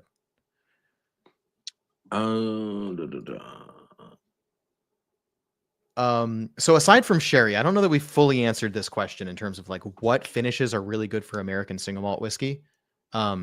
Port doesn't always work. Sherry for sure works. What's a finish that's uniquely good? It's hard. I mean, there's 200 something Scottish distilleries too, right? Or 100 something Scottish distilleries too. So it's hard to say like with full certainty what finishes don't work in Scotch, but do work in American single malt. But like, what's a finish we're seeing in American single malt that seems to work really well for some reason? Brandy, apple brandy, pear brandy, those barrels, those tend to work really well. And we have a good amount of that stuff being made here already, so the barrels are available. Yep. I forgot about that, but that is a really, really good point. Craft brandy in the United States makes available used brandy casks that American single malt whiskeys are using. As a matter of fact, Del Bach does brandy finish especially in their Distillers Cut series. Okay, Cedar I was Ridge, saying that the Normandy. the Normandy as well, yeah. Calvados, but that's an actual Calvados cask from France. Okay, all right, but yeah, it's still a brandy-esque. Yeah. Somebody correct me if I'm wrong. I'm 90% sure what I just said is true. That it's an actual Calvados cask. I could go grab the bottle, but it's over there. So maybe when I stand up, I'll go grab it. But not for now. Yeah. Tokai, Hungarian wine. I mean, like Scotch single malts, like world single malts are using Tokai now. Tokai is the new Sauterne. And that's really good too, but it's not uniquely American. It's just that there seems to be more than a handful of them. So I know I'm not alone in this opinion. I might be in the minority, but I'm not alone. Whatever, try it. You got a cask available? Throw it in there. Yep. Try it. See what it's like. Obviously, can you ruin whiskey? Sure, you can. You know, worst case scenario, you redistill it. One of the best American single malts I've ever had, and this is going to sound really conceited now that I'm saying that I'm in the middle of saying it, but I'm committed. One of the best American single malts that I've ever had was I took okay, I guess technically it's not American single malt whiskey, but I was trialing what if I were to put McCarthy's in a Clear Creek pear brandy cask. We talked about pear brandy a minute ago. So first of all, fuck yeah. What I did though was I took cheap blended scotch because I needed 2 liters of it and I thought I could potentially ruin it. I put Clear Creek pear brandy in my 2-liter barrel and then I dumped it. It's also really good. I gave that pear brandy a rye finish. Really good stuff. And then I put peated scotch that was just kind of like generic brand Kalila. I mean, it's like Kalila sourced to somebody who's not labeling it Kalila, right? Unnamed Kalila. I put that in the barrel. So heavily peated scotch with a pear brandy finish. Fucking awesome. I told Caitlin Bartlemay, first of all, try this. I gave her a sample. She's like, that's really good. I said, you should do this. So we'll see. First they have to age the pear brandy in a cask. I mean, I'll buy it, and what they should do is then sell them together as a pair. Like, here's the pear brandy that went into this cask. Here's the whiskey then that went into the cask afterwards. You have to buy them as a pair. Yeah. I mean, what I will say though, brandy, if I pear, had, yeah, I'm gonna do it again. I'm gonna get more Clear Creek pear brandy, 2 liters of it, the regular stuff, not the 69% still strength stuff, but the regular pear brandy. Put it in the barrel, age it for a while, take it out, and next time I'm putting McCarthy's in. When I finish that experiment, that will be American single malt whiskey, even though I'm not the original distillery. It's finished in the United States. It's all distilled, aged, whatever. Yeah. Looking at this again, it all has to be from one distillery, but it doesn't say anything about aging offsite, which is another important thing. So you can have cask brokers like Single Cask Nation, like Lost Lantern. I think the rule does say it has to be aged in the United States. In the United States, yes, but not in the same distillery warehouse in the same state, right? So the joke last night was there's going to be no Jefferson's Ocean single malt. Right. Yeah. There's and thank God. Yes.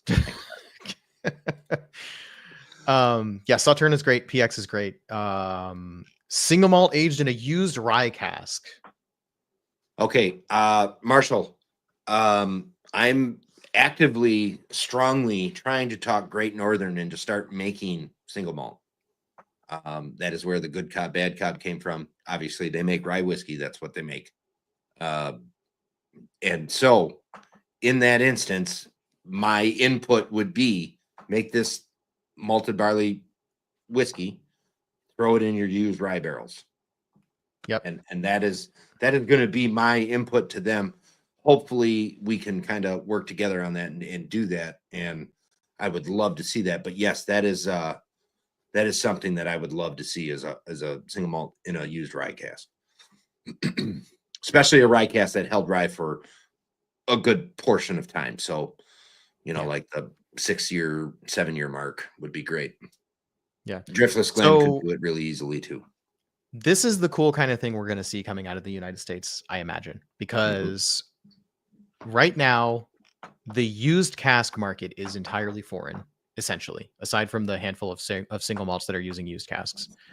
Most American single malts following single malt Scotch tradition and single malt in the rest of the world are using ex-bourbon casks. Why? Because bourbon is the most plentiful kind of new oak cask and everybody can buy them. Mhm. I mean, there's plenty of rye too, right? But you start seeing distilleries that have a full portfolio of bourbon, rye, and American single malt. And of course, they're going to use their American single malt casks for.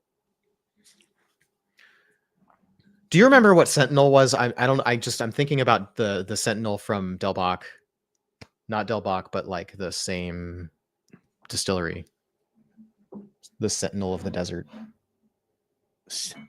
What is the distillery actually called? Why does that sound familiar? It was when I did the interview with Mark Viertaler. It was one of the set of products, and I saw it earlier. There it is. That one dude Ryan reviewed and really liked this one also. Oh, He yeah. made Okay. there. I know what that is. Yeah. Hide that comment. Right. Sentinel of the Desert Rye. This comes from Del Bach. It's Yeah, finished in it's Del Bach sourced. mesquite casks. So this is rye finished in American single malt mesquite malt casks. You could easily imagine that flipping around where Del Bach ages their mesquite single malt in a rye cask. And this works extremely well. This is MGP rye though. This works extremely well, and I could imagine the opposite also working well, where the single malt is finished in a rye cask. I look forward to it. Mark, I'm sure you already had this idea, but you're welcome.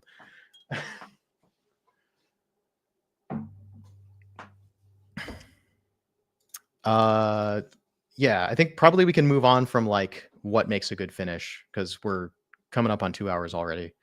I mean, yeah, finishing is one of those things where just explore it. I mean, Yeah, it doesn't just matter. explore it. If Explore it it. sounds good to you, there's a good chance somebody has done it. Yeah. And you can probably find it. Or maybe do they it at haven't. home in your own barrel because like, you know, I've learned so much from doing my own barrel aging experiments. My advice for that is start your barrel with a bourbon that you want to make double oaked and let it go for longer than you think, being prepared for that to not taste very good and let it take all of that new charred oak out of the barrel first. Then you really get into the interesting stuff. So like season it, like I seasoned mine with port and then I did rye with a port finish and then I seasoned it with sherry and I did port, then bourbon with a port finish. Then I seasoned it with sherry and I did rye with a sherry finish. Wow. Or something like, yeah. And then I put the pear brandy in and the cask has been used like 4 times now. At the moment, it has the sludge of rum that I aged for 1.5 years and left too long. But last time I tested it, it was 83% alcohol. Wow. And I went to a distillery and asked a distiller, can you please test how high the proof is on this? And so that was a professional testing. Wow. And they were like, what the hell did you put like grain neutral spirits in this? I'm like, no, I just let it age over my space heater for 6 months or a year or whatever it was at the time. I cooked it. Making false heat. Yeah, it was an accident. I didn't mean to do that, but that's what happened. Because I was aging it on this shelf over here, and just off camera is my space heater. Because you can't see it. Or was I rearranged the room, but like the barrel used to be up there, and the space heater was right next to it, so it was just cooking it. Cursor. I didn't realize that. We had just actually talked about that. No, there's no actual category for that, but I mean, I think they're going to be able to skirt around that because there's already the options for blending straight whiskeys.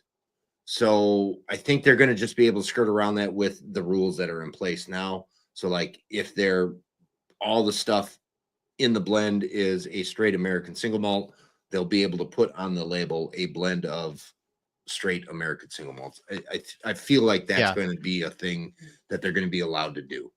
I think this should work letter of the law. I'm not a lawyer, but this should work letter of the law to blend American single malts. So the problem now is that Lost Lantern vatted malt whiskey could call themselves a blend of American single malt whiskey, but in fact they just said vatted malt whiskey because there were no legal terms anyway. Right. There could hypothetically be a product that is today listed as a blend of American single malt and then whiskey on another line or something like that. What they could now do, or they may have already done this and they could keep on doing this. What they could now do is blended whiskey, a blend of American single malts. Because the type would be blended whiskey. It's the catch-all type whiskey with the blended part. Catch-all blended whiskey type. And then everything else they could just say it's a blend of American single malts. And that doesn't carry any legal meaning, and therefore it's okay, and it's not misleading, and it tells you what's in the bottle, and the TTB is going to approve that. Almost certainly. The thing that they're going to have to watch out for is they can't put the phrase American single malt whiskey, quote unquote, on a product that is not legally exactly American single malt whiskey. So a blend of American single malt whiskeys, that phrase likely will not fly, but it might. That's a somewhat subjective decision on the TTBs about whether they think it's misleading or not, because their main thing is these laws exist. And at the end of the day, the job of the TTB is to make sure there's no consumer confusion. The biggest takeaway here is the protected term is actually American single malt whiskey is the protected term. So,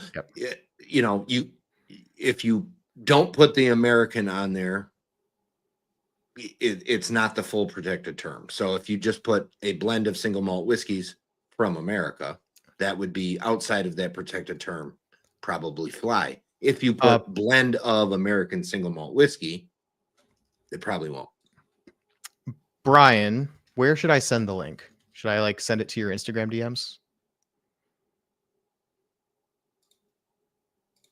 Yeah, he DM'd me. Yeah, cool. There you go. Yes, please join.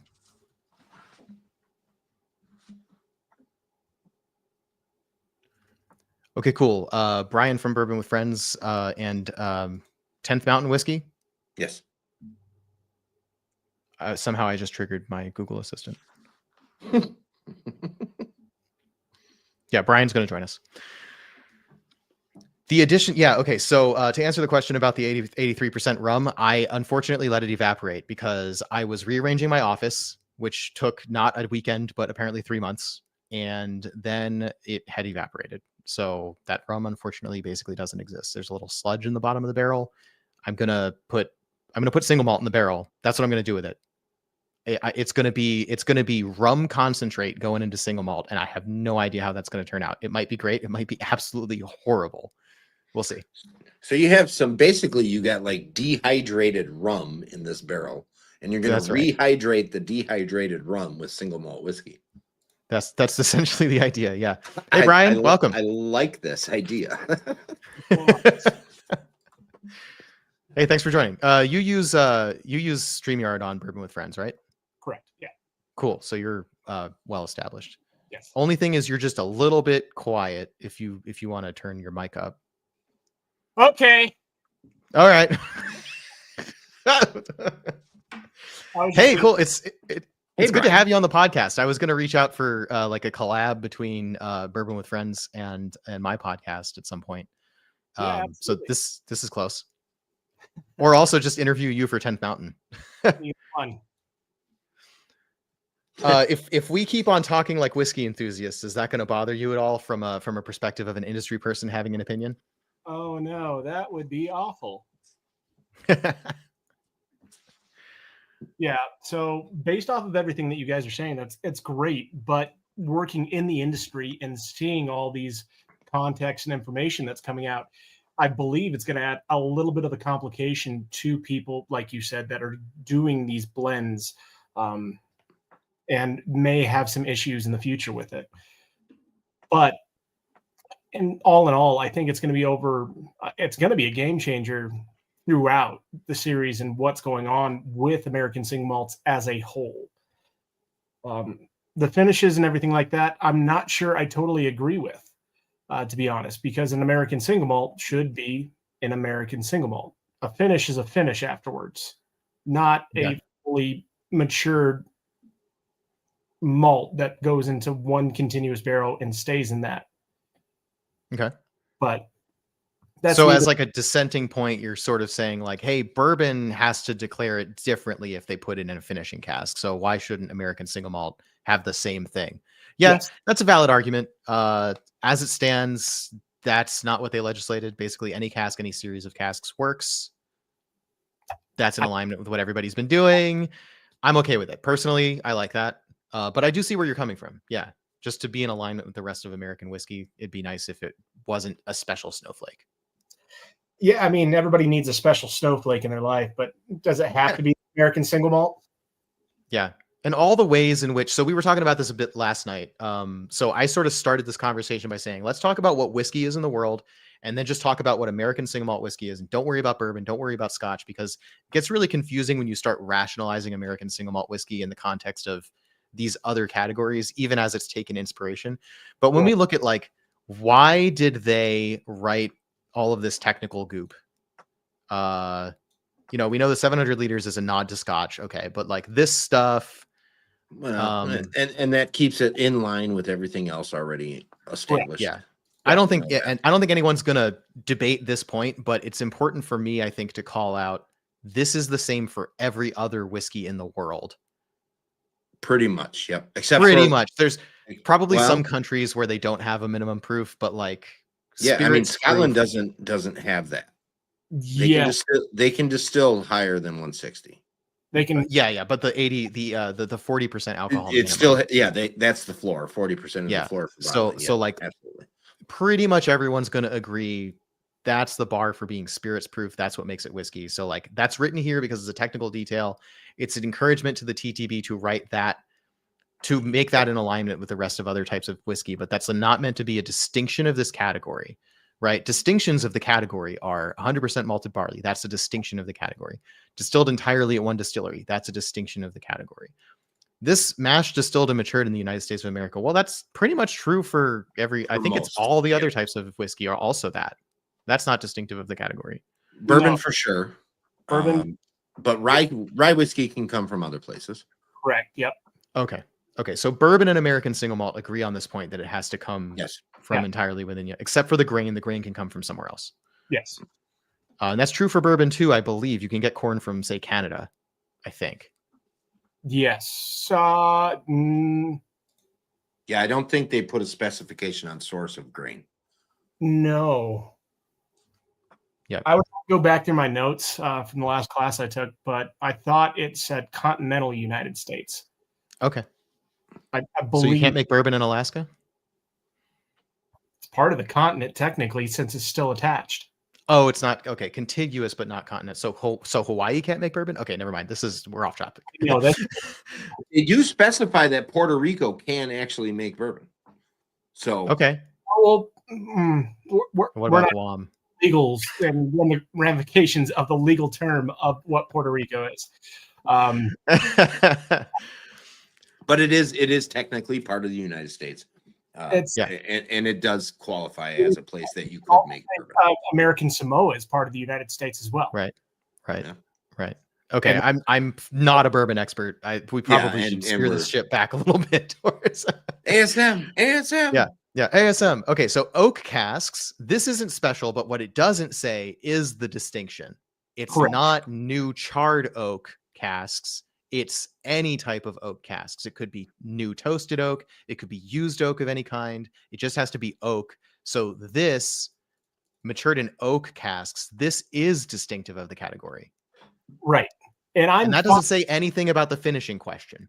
Exactly. Leaving that aside.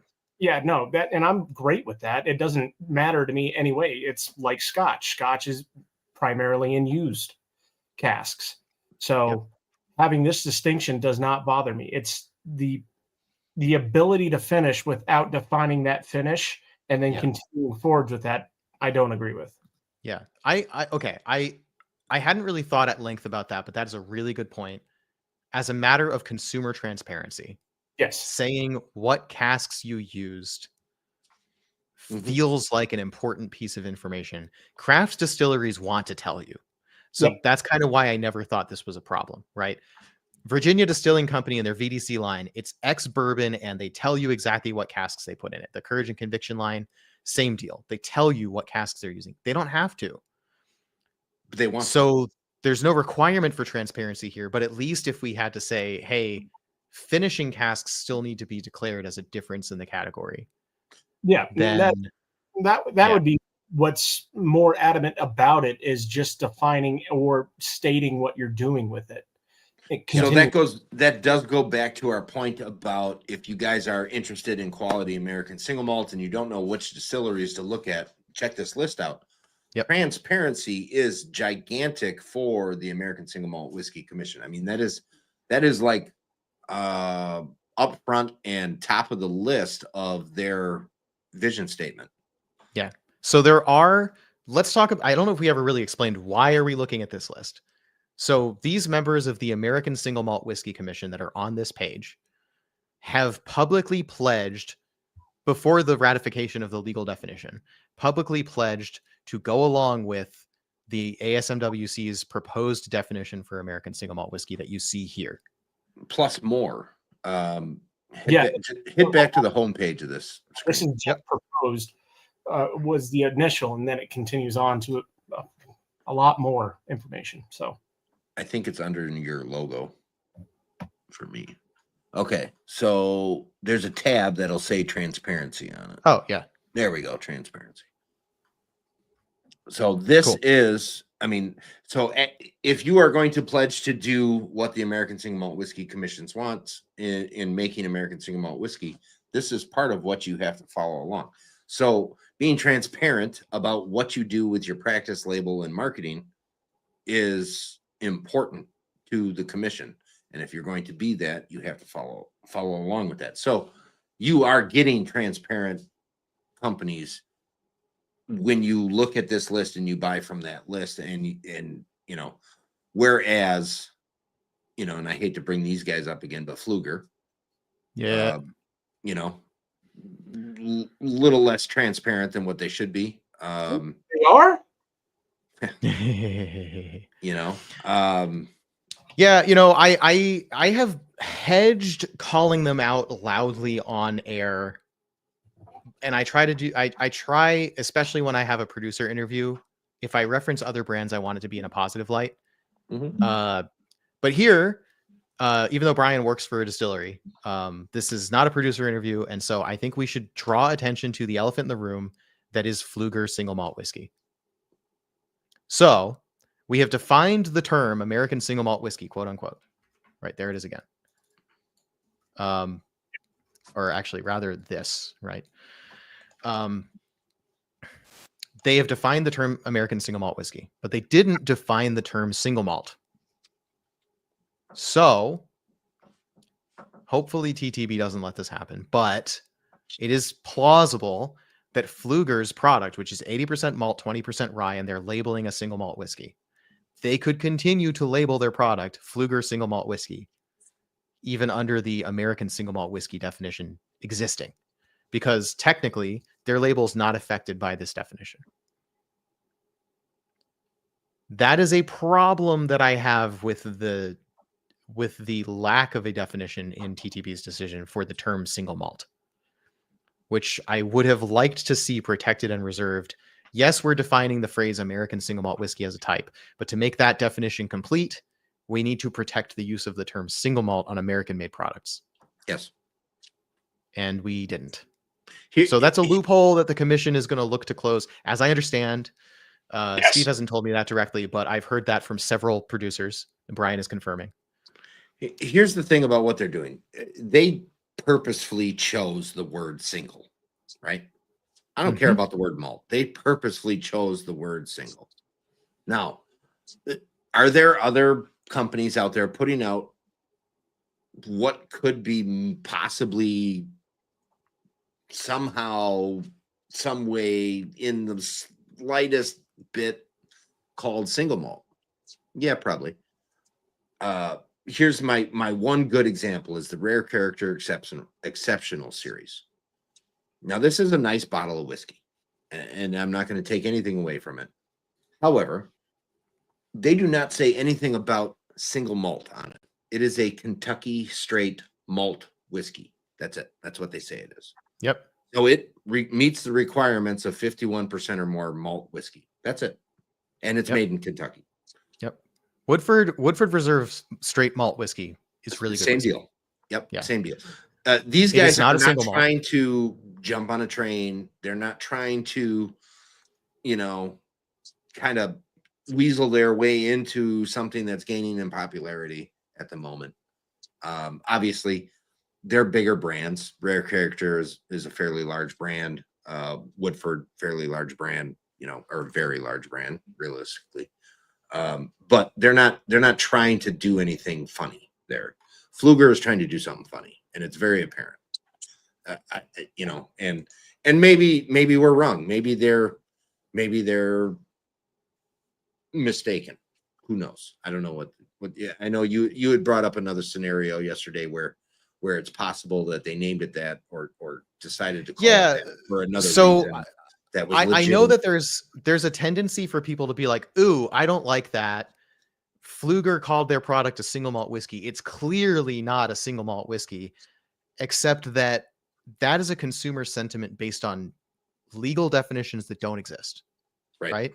So I agree. My gut is I agree with that sentiment. Pfluger is doing something nasty as far as I'm concerned. They're trading on the popularity of American single malt whiskey by labeling their product as single malt. That's my personal take. But I just say, let's take a step back. TTB can't make that call because that would be a non-objective, not based in legal reality decision about a product being worthy of being labeled one way or another when there's no legal definition of the term, right? So there's a few overlapping concerns there that I kind of addressed yesterday. I think I did a really good job, and I'm not going to do nearly as good a job today. But first of all, devil's advocate. It's possible that Pfluger was totally ignorant of the existence of American single malt whiskey as a category. Now, we know that's not true, but we are 99% sure that's not true. Right. And then they said, hey, the word single in Scotch means it came from a single distillery. We're a single distillery. We make a malt whiskey as defined by the standards of identity, 51% malted barley aged in new oak. We're a single distillery. That's a single malt. Great. We have a single malt product. Print it, right? Plausibly, devil's advocate, plausible deniability, that could be true.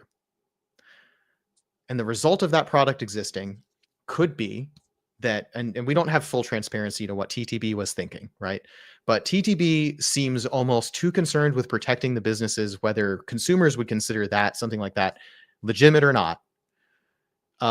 They don't want to harm the business, a label that already exists. So maybe one of the reasons that they didn't want to define single malt in this ruling is because there are products labeled single malt that don't qualify as American single malt whiskey, and they don't want to hurt those products. No. Possibly. No.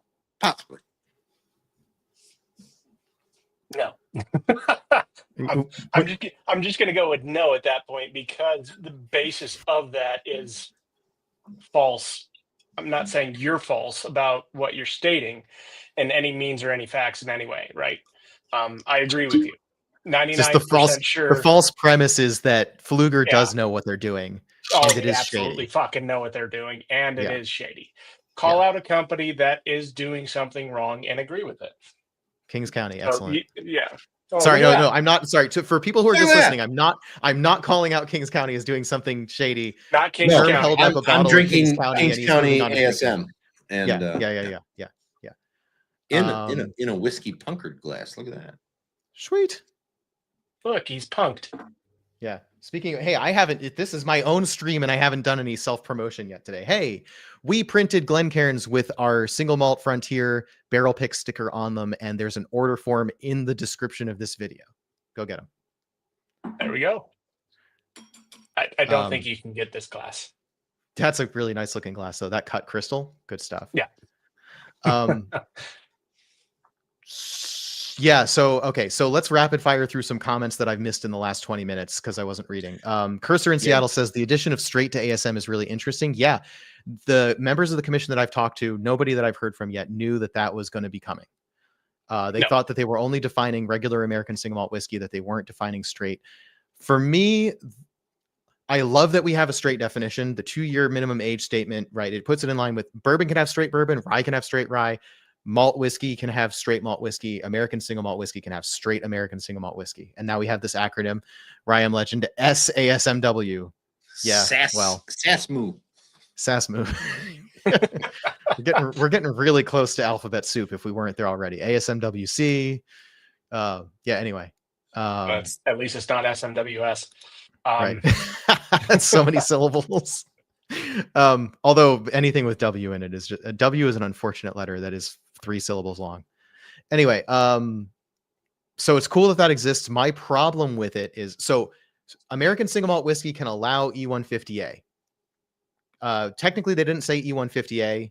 They said caramel coloring. Europe defines 2 types of caramel coloring, E150A, E150B.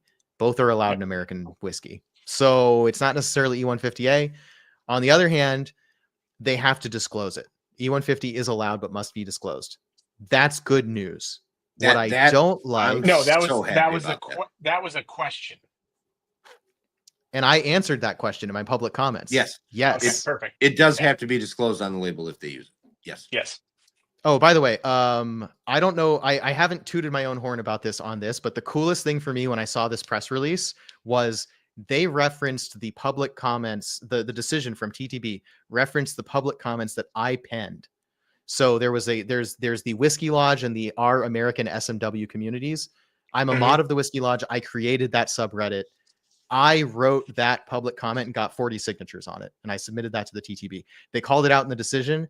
I've never been closer to the democratic process. I'm immortalized in the Federal Register now, and that's super cool for me.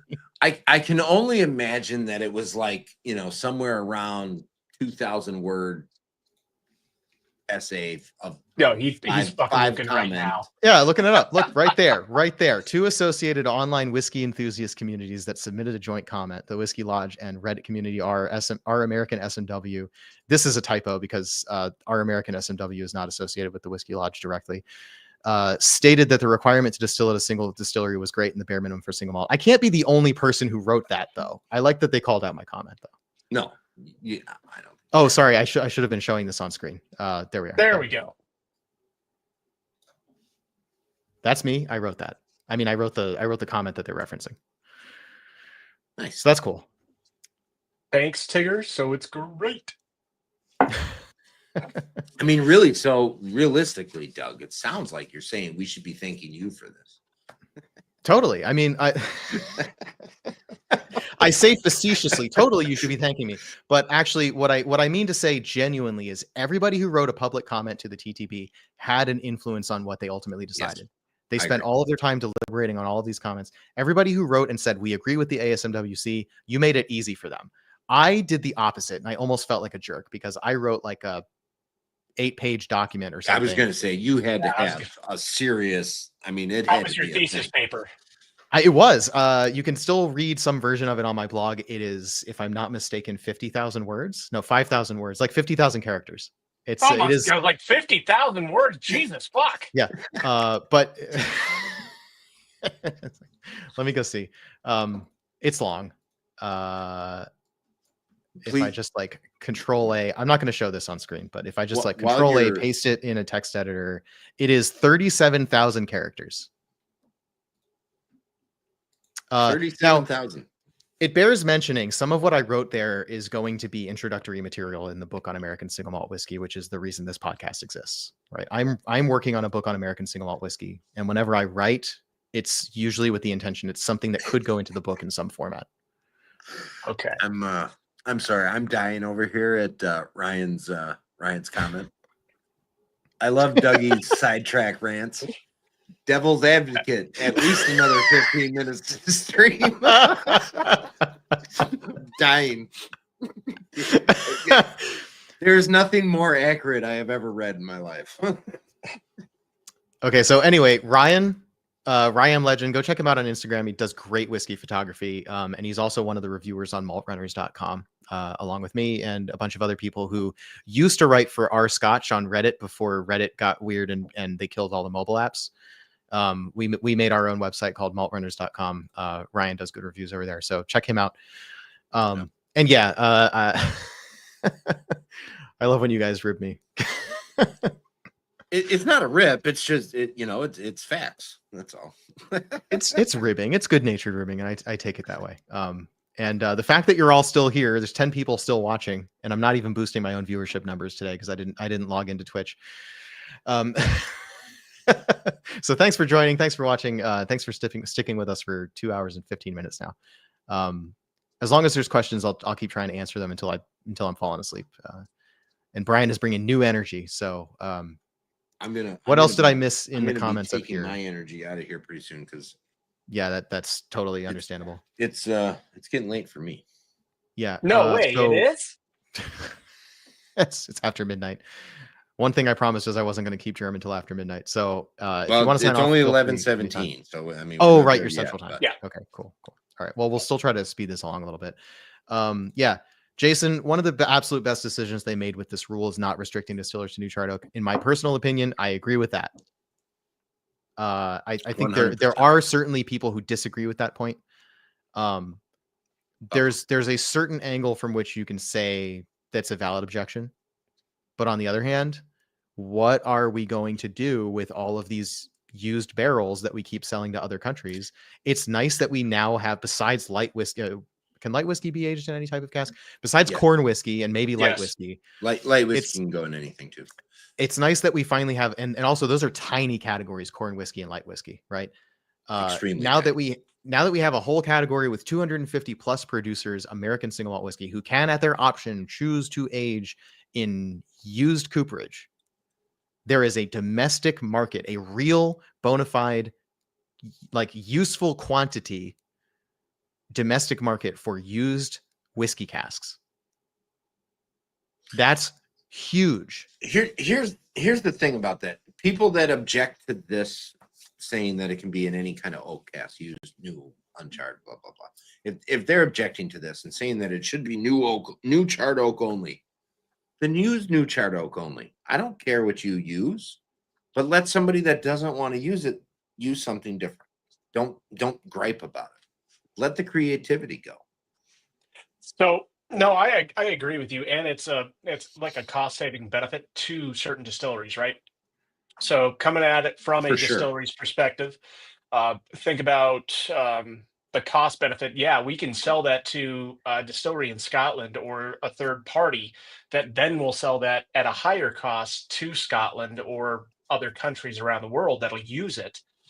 But we're able to reuse that same oak, continue on with the same process that we have, and then possibly gain back some of that flavor profile that we used from those different barrels and casks that we already did, to gain more of a higher profile or a higher taste than we would have previously. So yeah, I think I think the used oak is great for distilleries that have, I mean, you said it earlier, that have a large portfolio. So if they're making bourbon, if they're making rye, and then they're making American single malt, they can use their bourbon and rye barrels to do their single malt with. That's awesome. It's a win-win for them, especially a small distillery. Absolutely.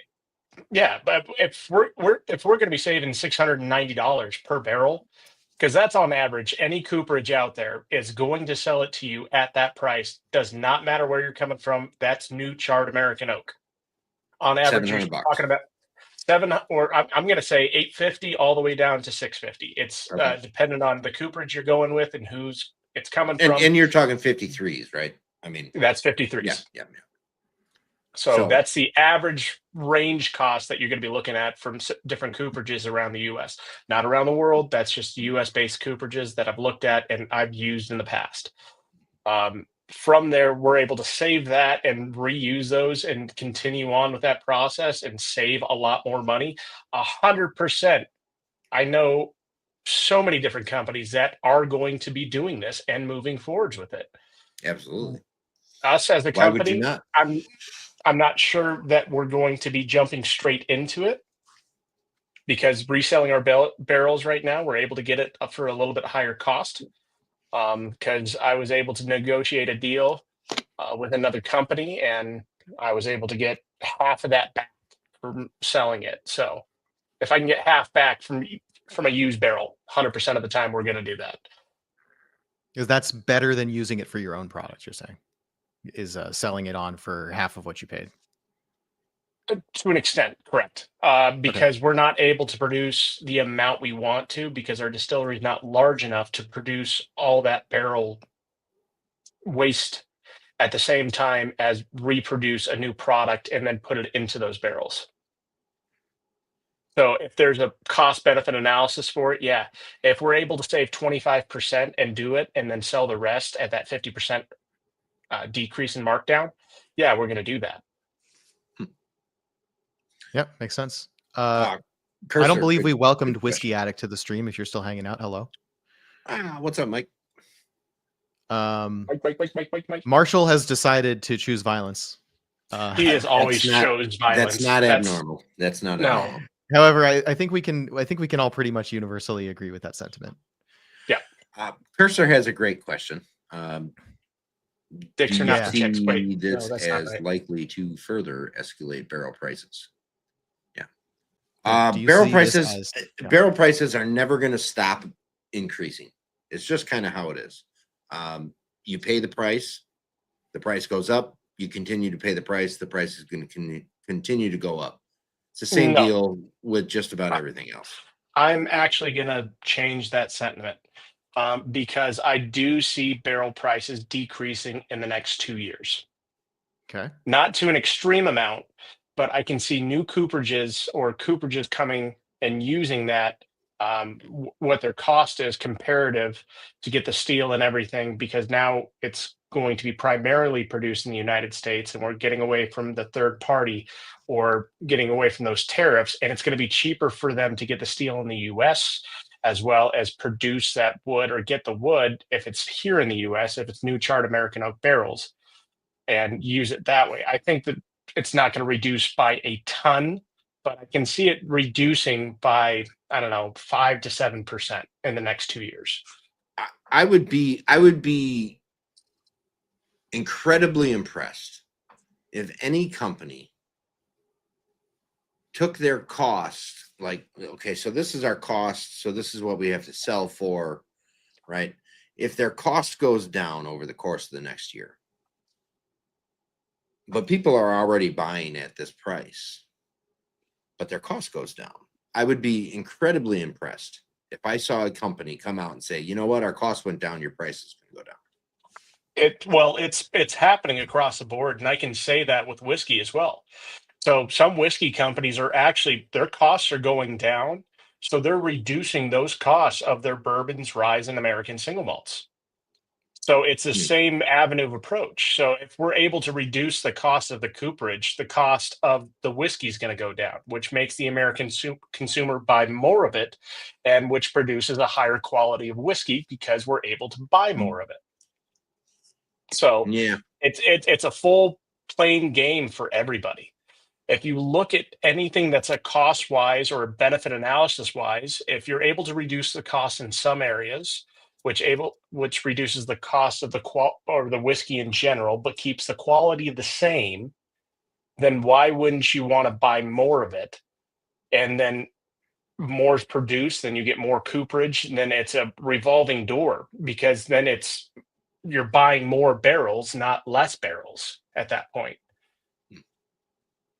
Yeah, supply and demand is complicated, but yes, you make some very good points. Yeah. I want us to maybe discuss that the latter point of volume of ASM will continue to be relatively low. It depends. I think that's on its surface that's a good declaration, but what we're seeing right now is a rapid increase in number of American single malt, a number of distilleries that are producing American single malt of some description, and the ones that are successful with it will probably ramp up production. For example, we saw Balcones always wanted to make single malt.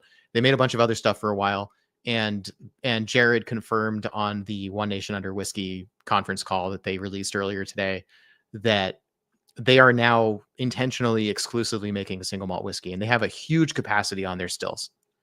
Their entire facility is being used to make single malt now.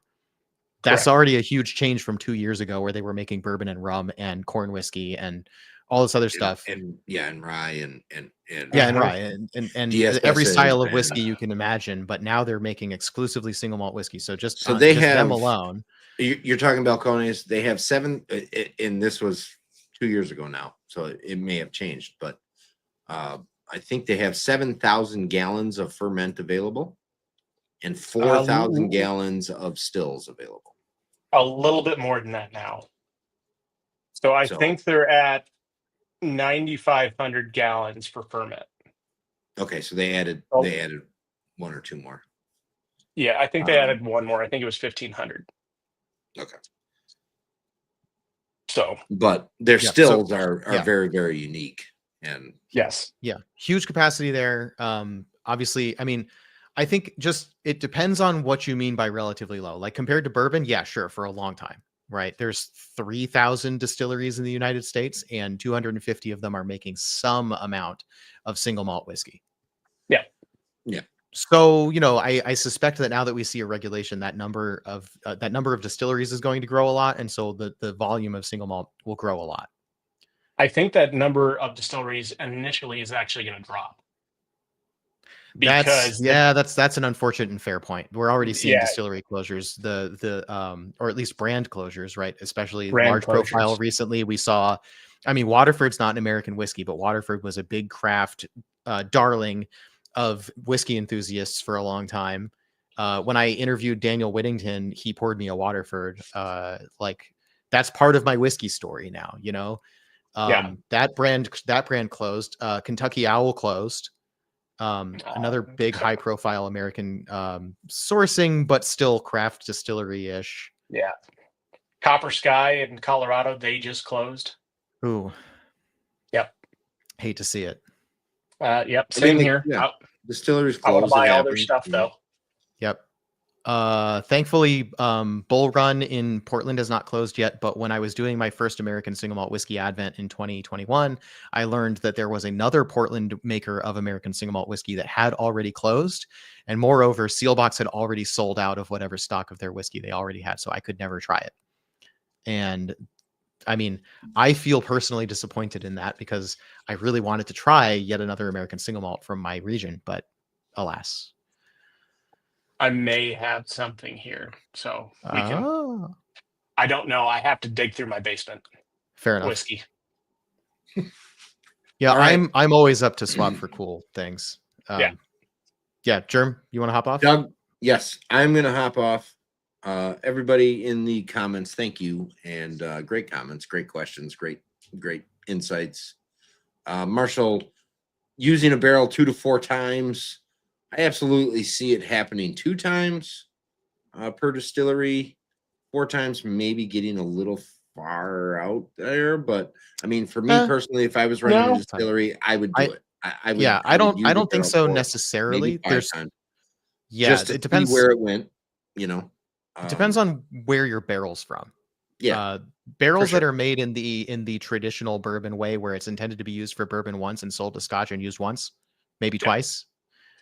Those barrels are not made to stand up the test of time for hundreds of years, but sherry casks in sherry Solera systems literally keep working for hundreds of years. They're totally inert, but they keep holding liquid.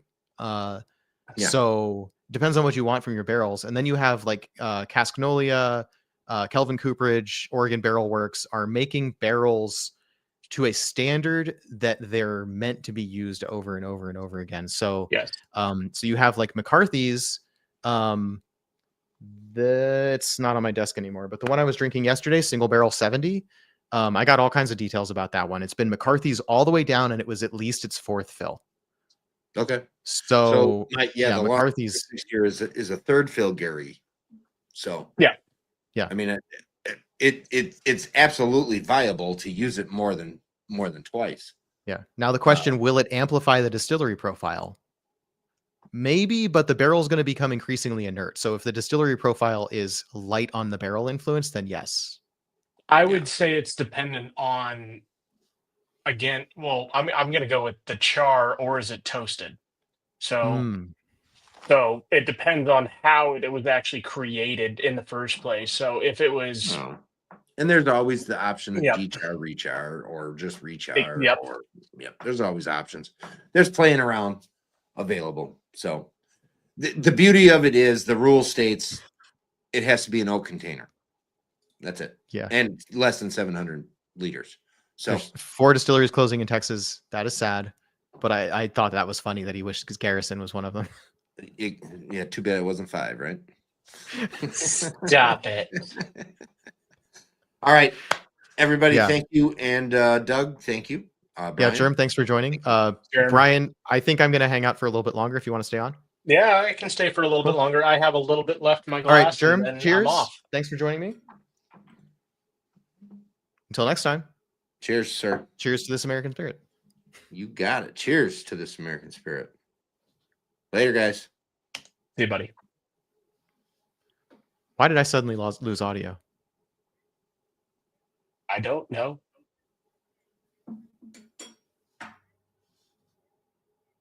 I can hear you. I think my headphones died. Hang on. I'll just switch to... Wait, try again? What am I trying? Just talking. Yeah, okay, cool. We're back. Okay, I don't know cool. what happened, but I can hear you Huh. again, so cool.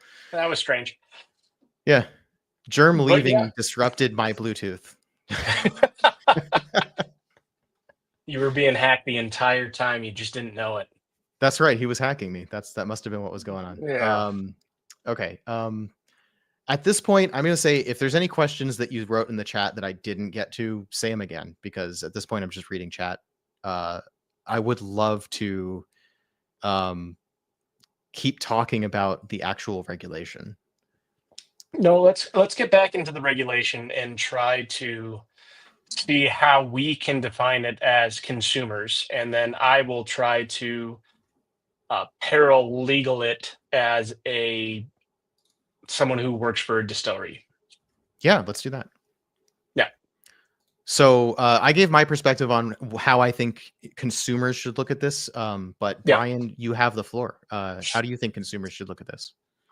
Well, consumers should look at it as the same thing as a category for bourbon or rye.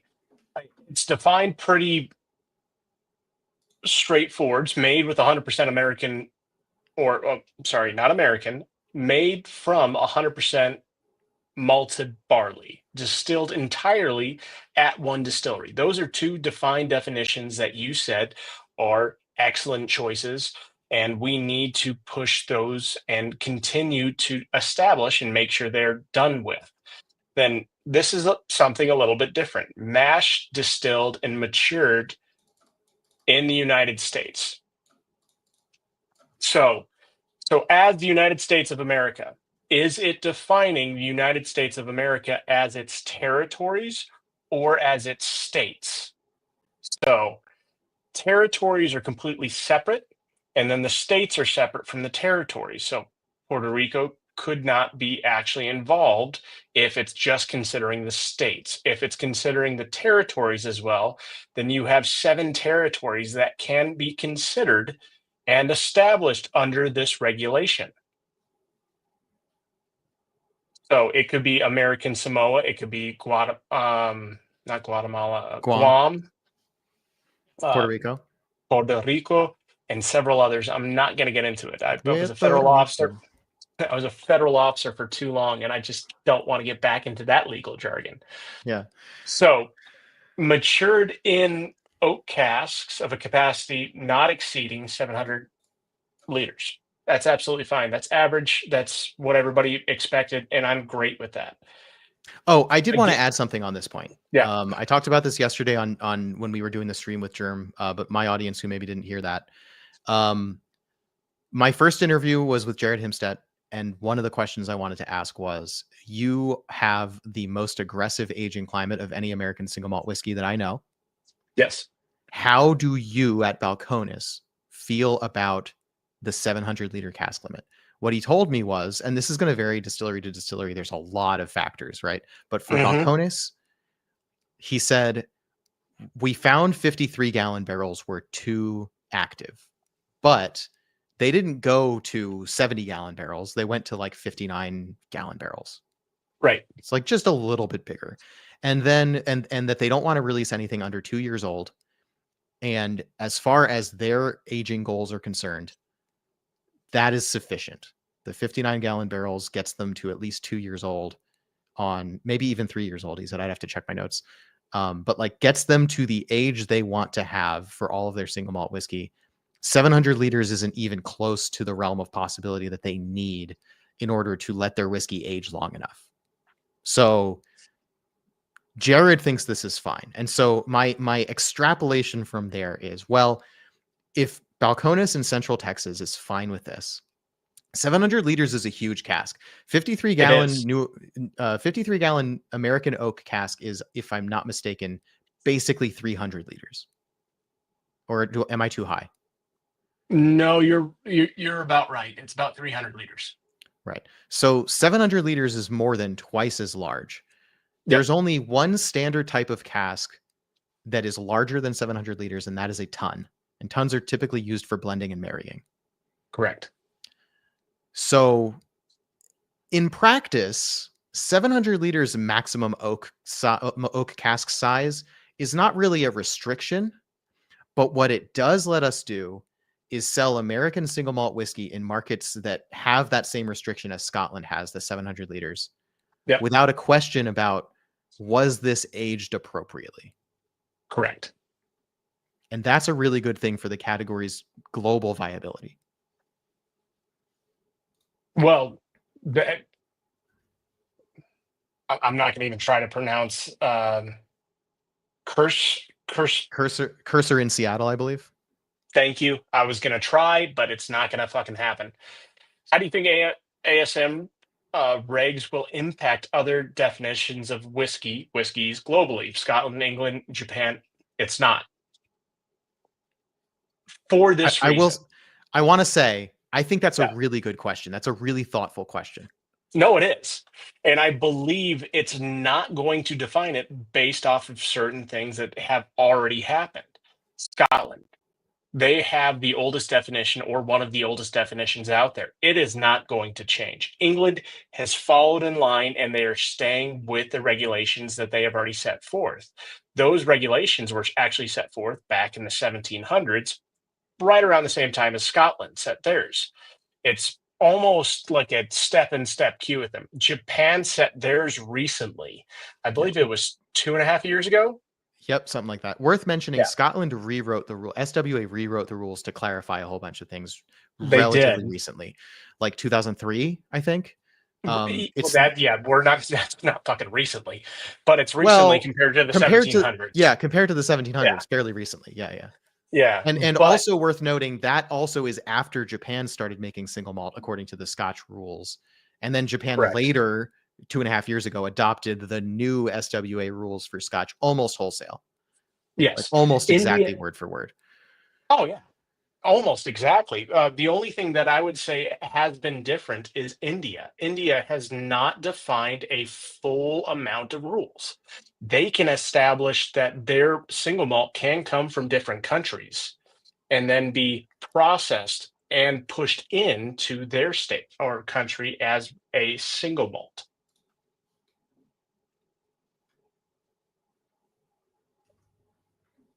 Oh, earlier in the Instagram chat, you said no do 10th Mountain. I think that was when we were going down the list. Yeah, that was me. I was we making can get back to the Boulder. list. Yeah. Yeah, sorry. I mean, I don't have any 10th Mountain. Oh, that's racist. Yeah. I think I know a guy. I think I can change that. Cool. Also, you have been on my list to ask for an interview, but I was like, oh, you're on Bourbon with Friends now. You're talking all the time about your brand. You don't need me to boost you. But I will. I don't care. No, that's my job, is to promote everybody and make everybody happy. So I don't care in any definition or any way. What happens, I'm happy to interview with everybody and talk any type of whiskey at all. I'm educated-ish, and I drink whiskey-ish. You just kind of keep getting Adrian to drink more American single malt. That's the mission. Exactly. That is my job. Okay, right, so let's go. Ryan had some good questions as well. Yep. Sorry, do you want to keep going down this the regulation from a consumer perspective? Let's do that. Let's finish that, and then we'll answer the Yeah. other questions. Distill to no more than, yeah, I mean that's absolutely fine. I have Yep. no issues with that. No more than 160 US and then proof at 80%. Right. Okay. So let's do justice to the fact that companies like Brother Justice exist and Yes. say not everybody agrees with this. There was a whole lot of people who thought this would not be controversial at all, but then you have Brother Justice is like, hey, I'm making a whiskey that violates that rule, and I think that it is every bit single malt as the rest of you. Well, I would be Valid more perspective for a person who makes something he calls single malt to have. Yes, it is. Valid point of view. By the way, I've had like 3 hours of lengthy, spirited, and positive debate with Phil Steger, the founder of Brother Justice. Yeah. He's an extremely thoughtful guy. I actually do like his whiskey. Like it would be one thing if I had tried the whiskey and I was like, this doesn't taste like single malt, or this isn't good whiskey or whatever. And I could just be like, well, you're just complaining. But in actual fact, Right. I like his whiskey. It's only distilled to 163 proof. It's not egregiously high. It's not almost vodka. Only. Yeah. It's high, but it's not vodka. It's not grain neutral spirit. It's just a little over the line. And I said, hey, that's only 3 proof points. How hard could it really be to bring that down to 160 and just be in alignment? And he said that they actually did a lot of R&D and take this with a grain of salt because this is coming from a guy who doesn't want to change his formula. That's 100%. fine. Yeah. That's fine. But he said that they really tried. They did all the R&D and they tried to figure out how they could change their cuts so that they could still get all the flavor profile that they wanted to have, and that the net proof off the still would be a little bit lower, so that they could get in under that 160. And they couldn't do it reliably so that it tasted the way they wanted it to taste. That's what he says. By the way, I'm going to try to have him on the podcast. He's been on my list of people to interview for like the last 9 months, and somehow I just have never gotten him scheduled. And now I feel bad because I really would have liked to have him on before the ratification happened. It's going to be a different conversation now. Yes, it is. But I would say, based off his information, right? There's always new science and new information that is coming out from everywhere. So there could be some way in the near future that he could change it up with a new fermenter or new yeast strain. It just depends on what he's going to do and how he's going to do it. But as for definition wise, I think the TTB did some justice to this, and we need to keep this into a regulated amount. Yep. It can't be across the board, and it can't be everywhere. From a consumer perspective, again, now that we've acknowledged the existence of Brother Justice and their reasonable objection to this. Yeah. And we still said we have to draw the line somewhere. Correct. So we're going to include the vast majority of people who are involved with the commission. Yep.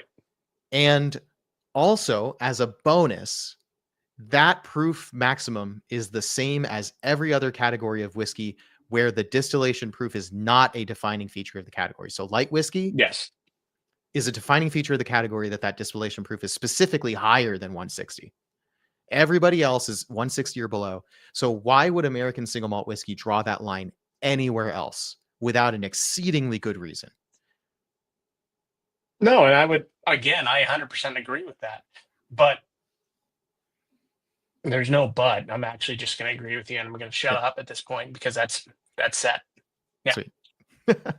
And same goes for, this is spirits proof. There's nothing at all controversial about that last point. 40% alcohol by volume is the minimum bottling proof, period, end of story. I don't think anybody objected to that. No one objected to that. I wanted to call out one company that I interviewed recently, and I'm not going to call them out here because she was extremely professional. She was very polite and courteous about everything she did, but she did call it bourbon. It is not legally bourbon. It's legally a liqueur that she was calling bourbon.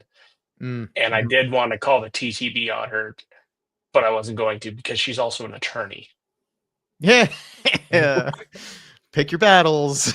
Exactly. I'm going to shut up and sit here and look pretty. That's all I got.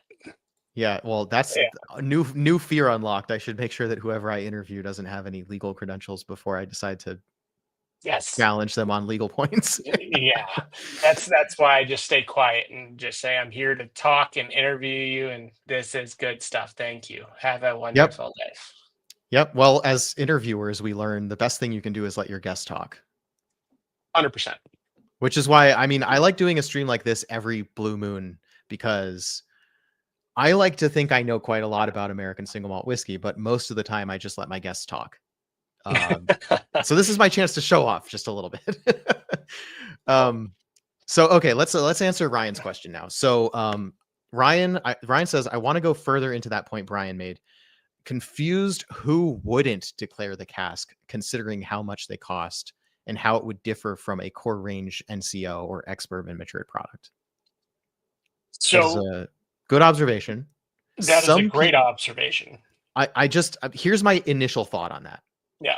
Besides that being an incredibly reasonable take, my initial thought on that, the same logic that makes bourbon hide their mash bills is keeping things a secret that really don't need to be kept a secret, and Correct. might even be better not to keep it a secret. But there's still this idea that, to give an example, Joseph O'Sullivan, good personal friend of mine, doesn't want to talk a whole lot about Minden Mill yet, because Minden Mill's marketing and media team are very tight-lipped, and they haven't figured out their media strategy yet, and they haven't given him the leash to, like, we trust you not to damage the brand when you talk to the media. Right. Minden Mill wants to keep the family Foley family wine and spirits wants to keep tight-lipped. Do they need to? Probably not, but that's the way they want to play it. So I'm going to give a yes and no definition to that, right? Because they do know, or he does know what he's talking about. But in the same definition, he is not media trained. true. And you need to have some extent of media training or some extent of how to converse with larger audiences without being flustered or flabbergasted on certain comments, and continue forwards with the conversation in a polite and courteous way. Sometimes he does not know how to do that. I'm not saying that's a bad thing or a good thing. It's just how you perceive a question, how you answer a question in a correct way. And I think that's how we need to continue forwards. And by you and I doing these different interviews with these different companies and younger companies, it'll actually help them become media trained, because we ask certain definitions and questions that they would not be able to do or perceive without our help. It's like I was media trained. Yeah, imagine that. I'm not. My day job is not this. My day job is not this either. My day job is running a whiskey company, not interviewing. Yeah, my day job has nothing at all to do with whiskey. So just to lay cards on the table. Right?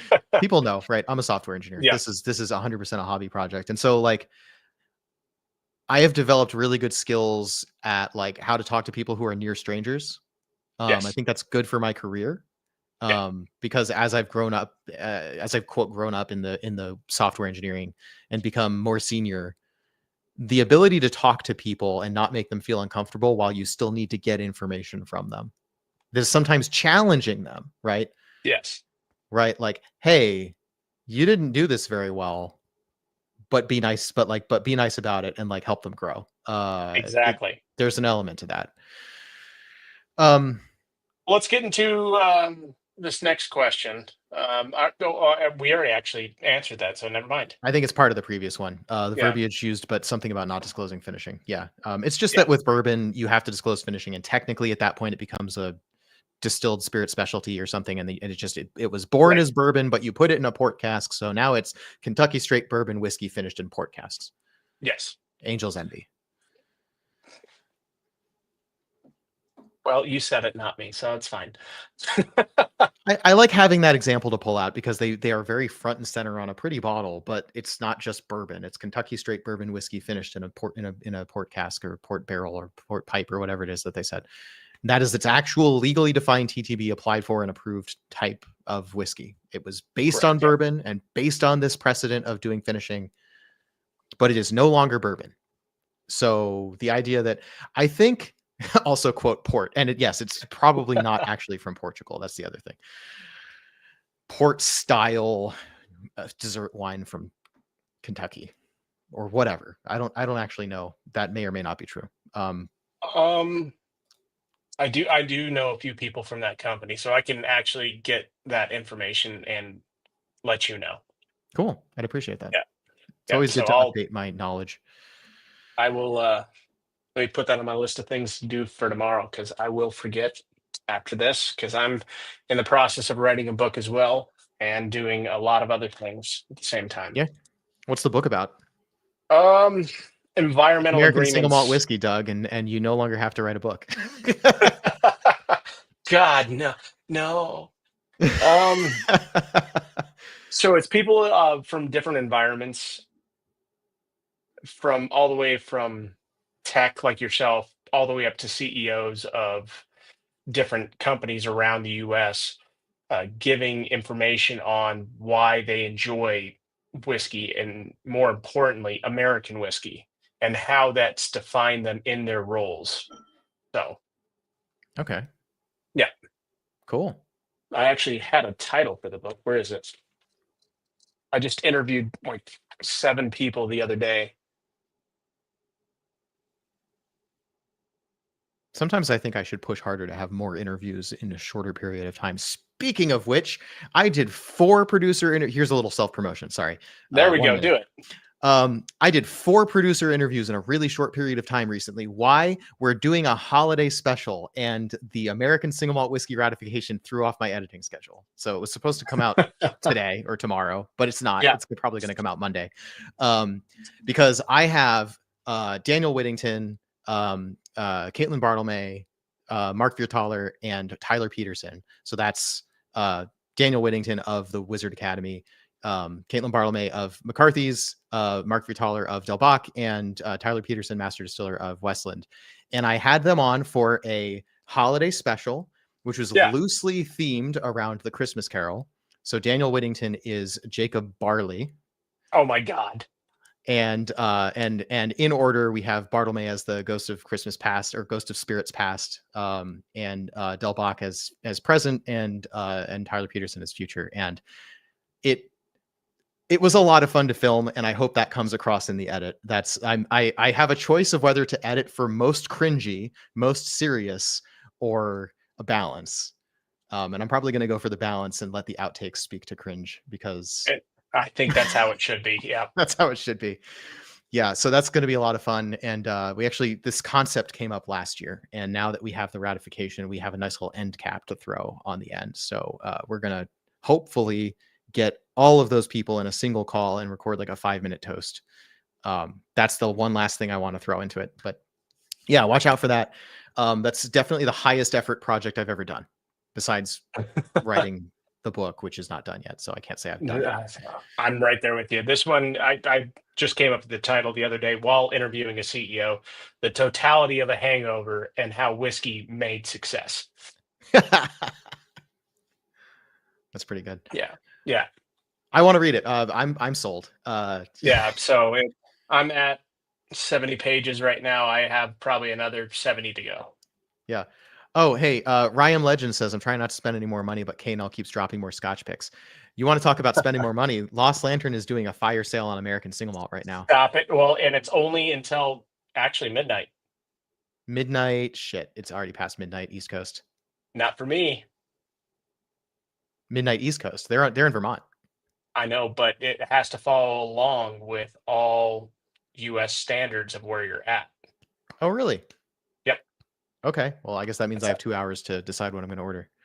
There you go. I saw that as well, and then I realized cool. Yeah. At where my money was. Cursor in Seattle. you should absolutely buy our rum cask McCarthy's barrel pick. It's always the link to that's always in the description. As far as I know, there's about 40 bottles left. It is same shipping for 1 through 6 bottles of anything from the Hood River portfolio that you can buy on that website. So if you want to make your $20 of shipping go a little bit further, you could also throw in, they've got the pear brandy is great. They have some apple brandy products as well that I really like. They have a Kirsch. They have a blue plum brandy, also known as Slivovitz.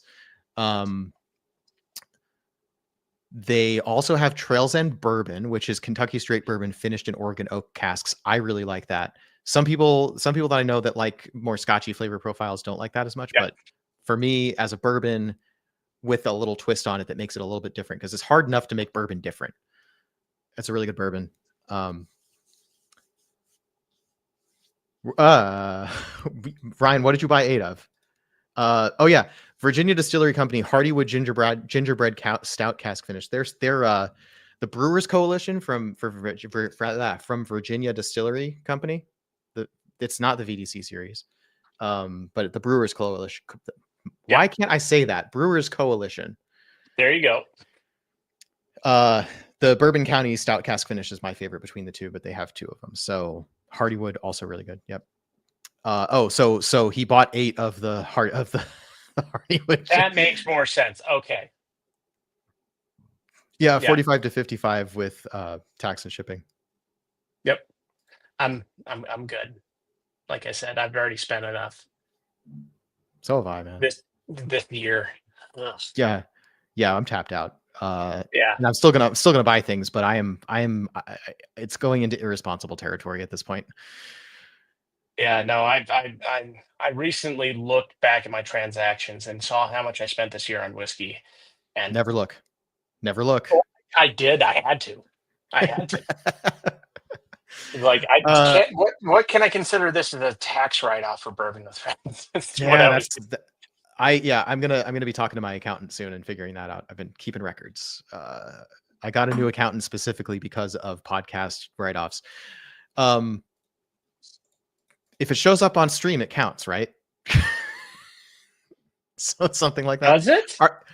Is there? I think if it shows up in your background or you talk about it, it counts. There's a certain interpretation of the rules that works that way. Oh man, there's so much I'm gonna fucking start putting more bottles in your streams. Stranahan's, Westland. Oh no, Dakota's Catalet from earlier. There's normally a lineup right here. Yeah. That I have. I mean, there we go. Yeah, nice. Here, let's make them big so people can really see it for sure, right? Yeah. Lineup. Oh, all right. Bigger, cool. Bigger. Okay. Let's go bigger. Go bigger, go. Jeez. Okay, there we go. Oh, look at all those Wellers. Good for you. Yeah, no, I have that just because Wellers. I try to rotate these, and it wasn't a tax thing. I try to rotate what's in my background. Most of my bottles are in those cabinets. There's 4 cabinets over there. And I used to have my work desk facing with that behind me. So I didn't want to have all my whiskey on display.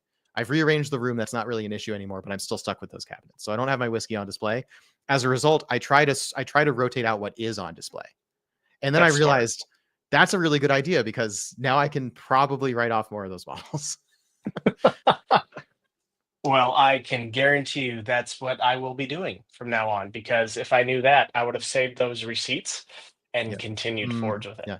This is not financial advice. I'm not an accountant. Talk to your accountant, blah, blah, blah. Okay.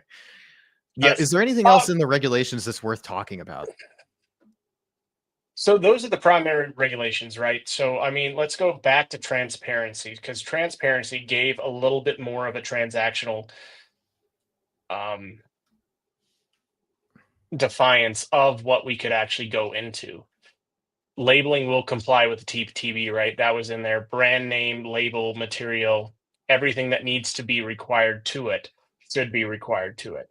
Now, in the definition of everything that it states, the city and state of both the distillery and the bottling should be labeled. I 100% agree with that. And that could actually help out tremendously in what's going on with it.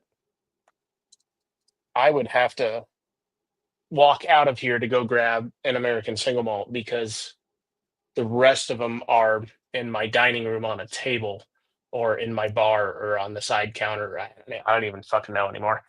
Yeah, I could spot check a few. I didn't realize. I knew that I knew that they had this on there, but I didn't realize it was part of the pledge. Distilled and bottled by Whiskey Del Bach in Tucson, Arizona. Yep. VDC is within arm's reach. Let's check that. Distilled, matured, and bottled by Virginia Distillery Company with an address down to the state, of course. To the city and state. They also put the DSP on here, but this is a bottled and bond, this particular one. So I think the DSP is required on a bottled and bond, but they might DSP is required on a bottle and bond, yes. So this one does not have the DSP. This is from Courage and Conviction. Yeah, cool. I have the VDC Blue Ridge, same deal, but they don't list the DSP. I had a shooter. Does that count? Shooter? Yeah. Oh, the Courage and Conviction shooter? Well, yeah. I mean, so does that not say city and state? It's a small format. No, it says actually city and state on it. Cool. Nice. Probably not the full address. No. And now, just out of curiosity, I wonder what Sentinel says. Distilled and aged in Indiana, finished, blended, and bottled by Whiskey Del Bach in Tucson, Arizona. So they're applying that same standard to their products that aren't single malt also. Right, yeah. But then I have Westland Solum. Yeah. I'm sure they comply. The Westford Solum does comply. Yeah, Westland Distillery, Burlington, Washington. Yep. Cool. But the didn't need to spot check all those labels live, but hey. Hey, so sometimes you got to do that. But by defining and procuring the definitions and showing that, it's better to have it than not. So can Del Bach be considered by these standards, the transparency standards, not the TTB standards, in American single malt at this point? Because it says distilled in Indiana, it does not give the city. Oh, well, so that's their Sentinel Rye product, though. I understand that, but even their American single malt, or I'm just throwing out a name, right? It does not have to be Del Bach. It doesn't have to be anybody in particular to that standard. But if a company just did MGP, or if they did Dickel, or if they did Buffalo Trace, were able to get a contract with another company, and they did not want to do that, are they considered an American single malt by the standards of the transparency and not just the TTB? Well, that's an interesting question. I will say, though, that it doesn't have a legal bearing. It does not.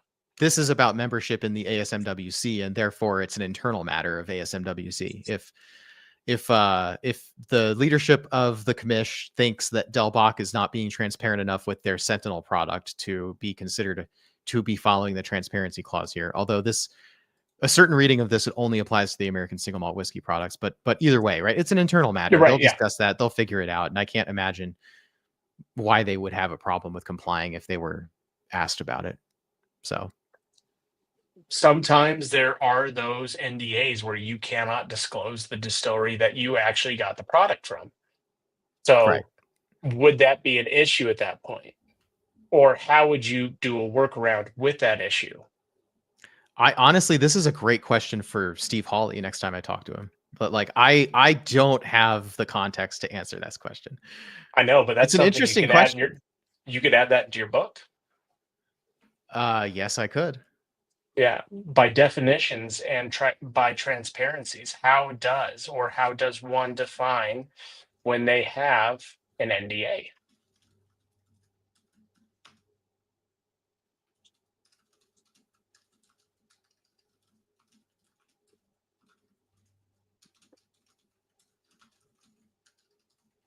No, I've just dead aired while I was taking notes, but yes, no, you're good to explore. I'm curious. Cool. New question. So do the last one that just came up. Yeah, there we go. Cursor in Seattle says, I'm curious about smaller territorial definitions like Iowa single malt that Cedar Ridge uses and how they will or will not change their labels. Yes. If I didn't talk about this, it's probably because I got distracted. So American single malt whiskey is the phrase that has been legally defined, which means that Texas single malt whiskey is not an American single malt whiskey unless they put Correct. somewhere else on the label American single malt whiskey.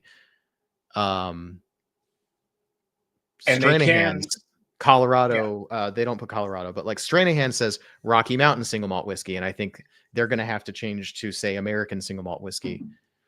Well, they can put it somewhere else, like you defined. It does not have to be in. It has to be in a certain font and everything like that, and it has to be a TTB label approved. But and it they has to can be on. It has to be in prominent feature on the front label is part of the rule. Correct. Yes. But what is a So prominent? probably they'll incorporate it into the main logo design, which means they're very likely to change that single malt whiskey to American single malt whiskey in more or less the same Yep. spot. I think the biggest problem here, here it is. I think the most problematic label with respect to that question, and I don't mean that like Balcones? Balcones. I don't know that Balcones has done anything problematic, right? But like in terms of they'll probably need to change. Texas single malt whiskey. Texas whiskey is in one font, single malt is in another. I think this label is going to change significantly. I don't, to be honest. I think they're going to be able to add that in next to the single malt, or they're going to be able to add American single malt into it, just in a shorter font. That's a possibility that they could say Texas, Texas American single malt whiskey. Yep. The problem with that is the awkward turn of phrase. First of all, they'll probably claim straight as well. So the problem there is the awkward turn of phrase that you have Texas and then American. Looks weird. Well, it can be a turn of phrase, right? But if you're defining something in more of a definitive feature and you want to say it's from Texas, then having Texas right there on the label, they can move it a little bit higher, right? The Texas part. Yeah, I think they'll move the Texas higher. Yeah. So when I say change significantly, I mean things are spacing is gonna change. Parts are gonna move up and down because I think they'll emphasize Balcones Texas 1. Yeah. Because that's what the product is called, and people like the 1 is in there. You can see it's glossy on the label. That's actually the name of the product. This is their 53%, not lineage. This is the step up, the 53% Texas single malt. I actually got that bottle in Iowa for $35. Nice. Good deal. Yes. I got this for free from a friend because he didn't like it. Even better. But I bought I knew that I liked it already because I bought the single barrel, and that was like $65, and I bought that in Texas at a Goody Goody.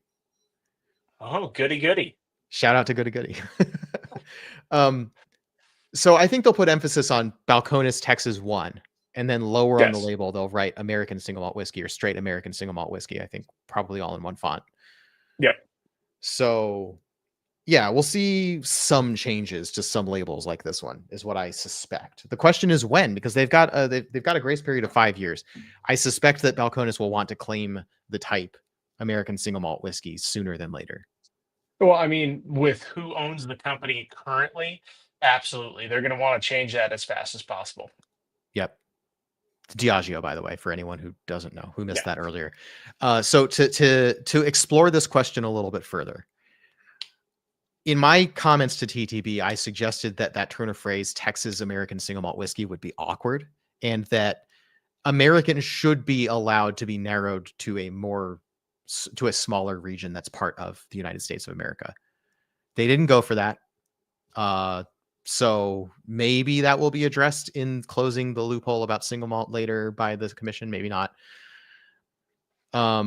And this is the thing where I suspect that Fluger single malt whiskey will still be allowed, or Fluger Texas single malt whiskey, even if they label it that way, will still be allowed, because single malt and Texas single malt are not protected terms under this current regulation. But that's still a subjective TTB approval thing. I just think letter of the law, technically, they didn't close that. They got close to that. I don't think they closed that, to be honest. Right. But that's neither here nor there, and I'm not going to get into what the legalities or what they're doing at their distillery, because that's not my place and it's not my distillery. Yeah. And until somebody sends me a cease and desist, I don't have any such restriction on me. I still work for a distillery, so I'm Yep. going to be as polite as possible. Yep. Totally understand that. And Yeah. I also I try to be really polite, and I try to Yeah. be really positive and not call out brands negatively. I do feel bad that I'm using them in particular as an example of It's somewhere I think this defined. went Yeah. wrong. There are probably others, right? Like, let's be fair. I don't think that particular product is the only one that's an issue. No, I would 100% agree that, but it's more of a controversial area or Yep. product that they have comparative to some other companies. We could also get into another one out of Chicago that everybody so loves. It starts with an M and ends with a um, Well done. yeah, they are They're decidedly not an American single malt whiskey. I should just say. no, they are not.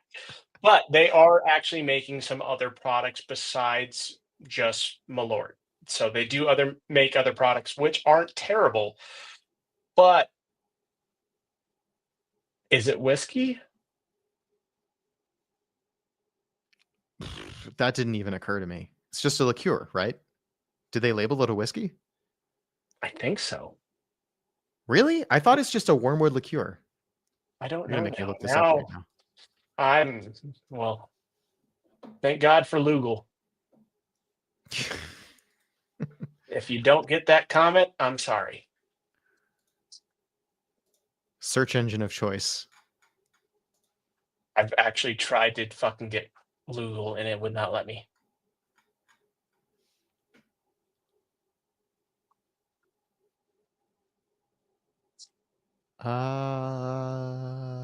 What is it made from? So on the label it says liqueur. Yes, it does. I'm not going to try looking up the cola. That's an interesting little research project to find out what they make it from, if it's disclosed. But I think that they're just typed as a liqueur. It says anywhere between 35 and 40%. So that's liqueur, but not spirits. But also right at that spirits point if it's at that 40%. If they get all the way to 40%, yeah. Can you still call it a liqueur if it happens to be over 40%? I think so. Or is it a distilled specialty spirit at that point? It's a Probably. distilled specialty spirit at that point. Okay. Man, I should have talked to you on stream before. I love rules lawyering. Yeah. So yeah, that's one thing I am a bit of a nerd about, but I try to keep it a little bit quiet and let Martin run with it because he likes to talk more than I do. Well, there's always a place for you if you want to come in and talk about rules on this podcast. So would love to have you. When it comes to rules and definitions of everything that comes to it, I'm happy to talk anytime. Let's go down a little bit more, right? Since we already defined what we discussed as brand labeling, cities. TTB requirements. Yep. And the last paragraph here. The overall spirit and intention of these transparency guidelines is to prevent consumer confusion by encouraging our members to accurately and clearly represent their sourcing activities and how these interact with their own production. They are not intended to make members disclose every aspect of their production, but simply to help consumers understand what they're drinking and where it comes from. Yep. Laudable, like I have no problem at all with that statement, and I hope that everyone is complying with that. In fact, I think that should be defined in every single aspect and avenue of anything whiskey related or spirits related that you do. If this was in that statement or in any definition of a TTB regulation, I think no one would have a problem. Because it's clear, concise, it's consistent with all laws and regulations, and it gives you a concept of, yeah, we're here to talk and relate whiskey and information, but at the same time, we're here to continue forwards in the best way possible. Okay, so Hey, Storm King. having reached the end of the transparency thing, I went back to this list of distilleries. So it's always interesting to like explore, hey, what does it say, but also like what does it not say? So like we already know that Brother Justice is not on this list because No. being out of alignment with the commission's proposed transparent, like the rules and the transparency, they're not fully in alignment, therefore they're not a member of the pledged commission members. Yes. I will say, I think Brother Justice, notwithstanding their technical exclusion from the category, still deserves to be talked about in the same breath as American single malt whiskey. And as far as my moderation of the American single malt whiskey Reddit, I welcome posts about Brother Justice regardless of this ruling. And on that matter, anything that's like adjacent to American single malt in philosophy, like I think even Talnua, being an American-made Irish pot still style whiskey, is like, because it doesn't have another home and it's like philosophically adjacent to American single malt whiskey, I think that belongs on my subreddit. Which is maybe I'm making not a great point by casting the net that broadly, but Brother Justice is just so barely not part of this definition that I don't think it's fair to exclude them. I would never moderate out a post. Oh, you posted about Brother Justice, they're not technically American single malt. I think that's gatekeeping in a way. TTB can do that gatekeeping. I don't want to do that gatekeeping. I think consumers should be free to explore whiskeys and know about whiskeys that are very close to being American single malt whiskey, that are operating in a transparent way. And I really do genuinely think Brother Justice is transparent. No, Brother Justice is very transparent, and to the same breath, so is Talnua. So Yep. I know them extremely well, and what they're defining and doing is extremely relevant. Just because it's a pot still, right? They are making an American single malt. Why isn't 10th Mountain on this list? Because our owner's cheap. Isn't it like $200 to join the commish? Like I said, cheap. We know everybody on the list. I know most of these people on the list. But we've helped define and talk about it for a long period of time. Oh, did Angel's Envy? So I accidentally clicked to Angel's Envy. Apparently, Louisville Distilling Company is Angel's Envy. Yes, they also have an American single malt now, don't they? Yes, they do. Like, they just released a product. Okay, cool. Yep. So that's cool. Monotony Stillworks, we talked about that. Mini Mill, we talked about that. Oak and Grists, again, go support them because they took a lot of damage in the hurricane. Yes, they did. Old line, good. Rabbit Hole. Rabbit Hole, I think of as a bourbon, but they do make an American single malt. Yeah. Well, they do make an American single malt, which is actually really good. I've had it recently. Redwood Empire, phenomenal. Clear Creek distillery. There's also a Clear Creek distillery in Colorado as well, which is kind of confusing because Clear Creek, Colorado, Cedar Ridge, great. Yeah, Cedar Ridge. Seriously, quintessential. Like, I don't know if I had to pick a single American single malt that is my favorite. Mm-hmm. It is almost certainly a McCarthy's in any given year. I mean, I still think the McCarthy's PX finish is my favorite whiskey of all time. That's it. The Pit Boss. We haven't seen you in forever. Hello. I hear whiskey talk. You summoned me from the internet. We're already 3 hours and 15 minutes into this stream, so we're gonna wrap up anytime now. But thank you for joining in. Let's go down through a little bit more of these, right? So, I mean, you have 1, 2, 3, 4. Sorry, to finish that thought on Cedar Ridge. Cedar Ridge might be the most consistently top tier American single malt that I have tasted. Everything I've had from them has been really, really like borderline some of the best whiskey I've ever had. Even if there's not a single bottle that tops the chart yet, I'm getting samples of the Untitled Cigar Batch and the wine, this year's wine blend thing soon coming to me. So the red wine blend, yeah. If they arrive before I do my best of list of the year, there's a chance that'll be in my top 5. But yeah, Cedar Ridge is definitely top tier American single malt whiskey as far as I'm concerned. Okay, I mean, look how many Colorado distilleries you have there. Yeah, Root Shoot. You have Deer Hammer. You have Stranahan's. 13. We have 13 Colorado Yeah, out of on the list. 67 different distilleries. Yeah, we have Laws. Laws. We have Root Shoot. Oh, Root Shoot. I forgot about Root Shoot. Root Shoot is great. So Root Shoot Malting Yep. also has spirits, Root Shoot spirits, that are distilled at Vapor Distillery, which is the actual physical location that distills Boulder spirits. Correct. And I have an interview booked with Root Shoot for soonish. So I forget the date. I'm not going to look on my calendar right now. I forget the date. That's fine. Deer Hammer out of Buena Vista, 291 out of Colorado Springs, Eagle River.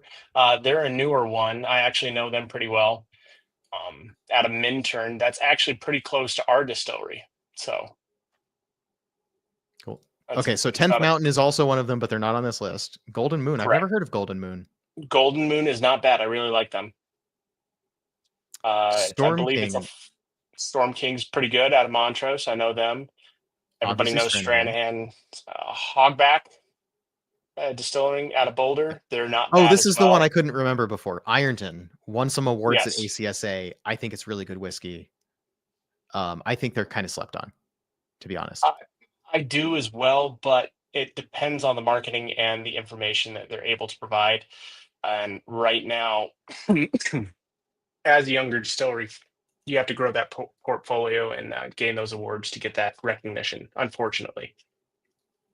Okay, this one I find very interesting. Talking Cedar Spirits. The reason I find this interesting. So in Washington, the reason I find Talking Cedar Spirits in Washington interesting is because, and I don't know this for sure, I'll have to look it up, but Talking Cedar is the name of a brewery partner that does the wash for Copperworks.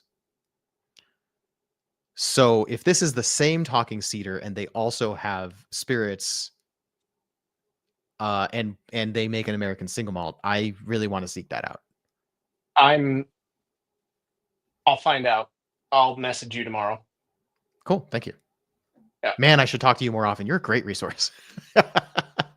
When you work in the industry and you like to talk whiskey and you have fun with it, it's always a good time. Is Ross and Squibb on here? No, I don't see. Did I switch tabs? No. Hold on. What's going on? Yes, you did switch. I did switch. There Okay, it is. hold on. Ah, Wait, no, I went back. What happened? I don't know. You're pressing buttons. We're back on the about page. Okay. Oh, thank God. Ross and Squibb? No, I don't see it. No, it's not. Okay. But Berlin is there. Oh, no. Current Spirits. I actually do like Current Spirits out of New York. I had one of their stuff recently. The Pit Boss, are those American single malt whiskey distilleries you're referencing? The Windows Distillery. Kind of like having a mini MGP in my backyard. I wonder what you mean by that. MGP sort of by definition is large. Yeah, so are you talking about MGP as in they have like a 2,000 gallon still? Or they have a giant column still that's 40 feet tall? Because I'm not. I think it's enough to say, hey, it's cool that there's a distillery opening near you. Like I often 100%. I'm thinking about this more recently, but I feel I take for granted the distilleries that are close to me because I could always go, right? And I've done a lot of emphasizing of like, let's talk to the guys in Santa Fe and the guys in Tucson and the guys in Ohio, Iowa and New York and Virginia, and like, because I'm not going to go to any of those places, so putting them on an internet only video call podcast makes a lot of sense. The guys that are close to me, I'm like, oh, well, why would I ask them to call into a show when I could just walk over to the distillery, not walk, drive half an hour, whatever. Right. And I've tried that a few times. And in actual fact, I'm not good at taking recorded in person stuff and making it into a podcast episode. So it actually would be better if I invited them onto the show the way I do the show, but I take them for granted. So, and I'm trying not to. Whiskey Acres. I've heard of Whiskey Acres. Also, don't think that's American single malt whiskey. So just so you know, the Pit Boss, in case you haven't heard the news, American single malt whiskey has been ratified as of today. It is official. December 13th, the unofficial document came out. December 18th, today, it is officially entered into the Federal Register. January 19th, it goes into legal practice, which means that distilleries can start applying for label approvals with the type American single malt whiskey. So you've popped in a few times, so you know I mostly talk about American single malt whiskey. This is the biggest news I will ever cover, probably.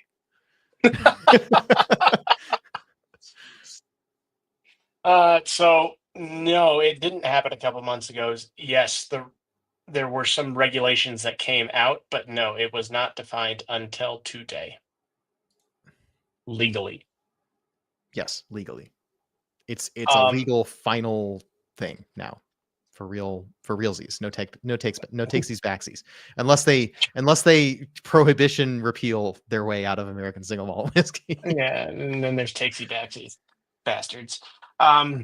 But we do not see that in any definition or any defiance of a way. I mean, no one's going to be able to take that away from the 24th Amendment that happened. And hopefully that gets changed and ratified in the next few years as well. So smaller craft distilleries can start shipping on their own without a third-party vendor and do it in a more sensible fashion and cost benefit fashion. Yeah, that's huge news. I also, like, if I had any agenda besides American single malt whiskey, it is craft whiskey being able to direct to consumer. Yes. That is a huge deal. Oh, and by the way, the Pit Boss, since you haven't been around, note that we did a single barrel pick.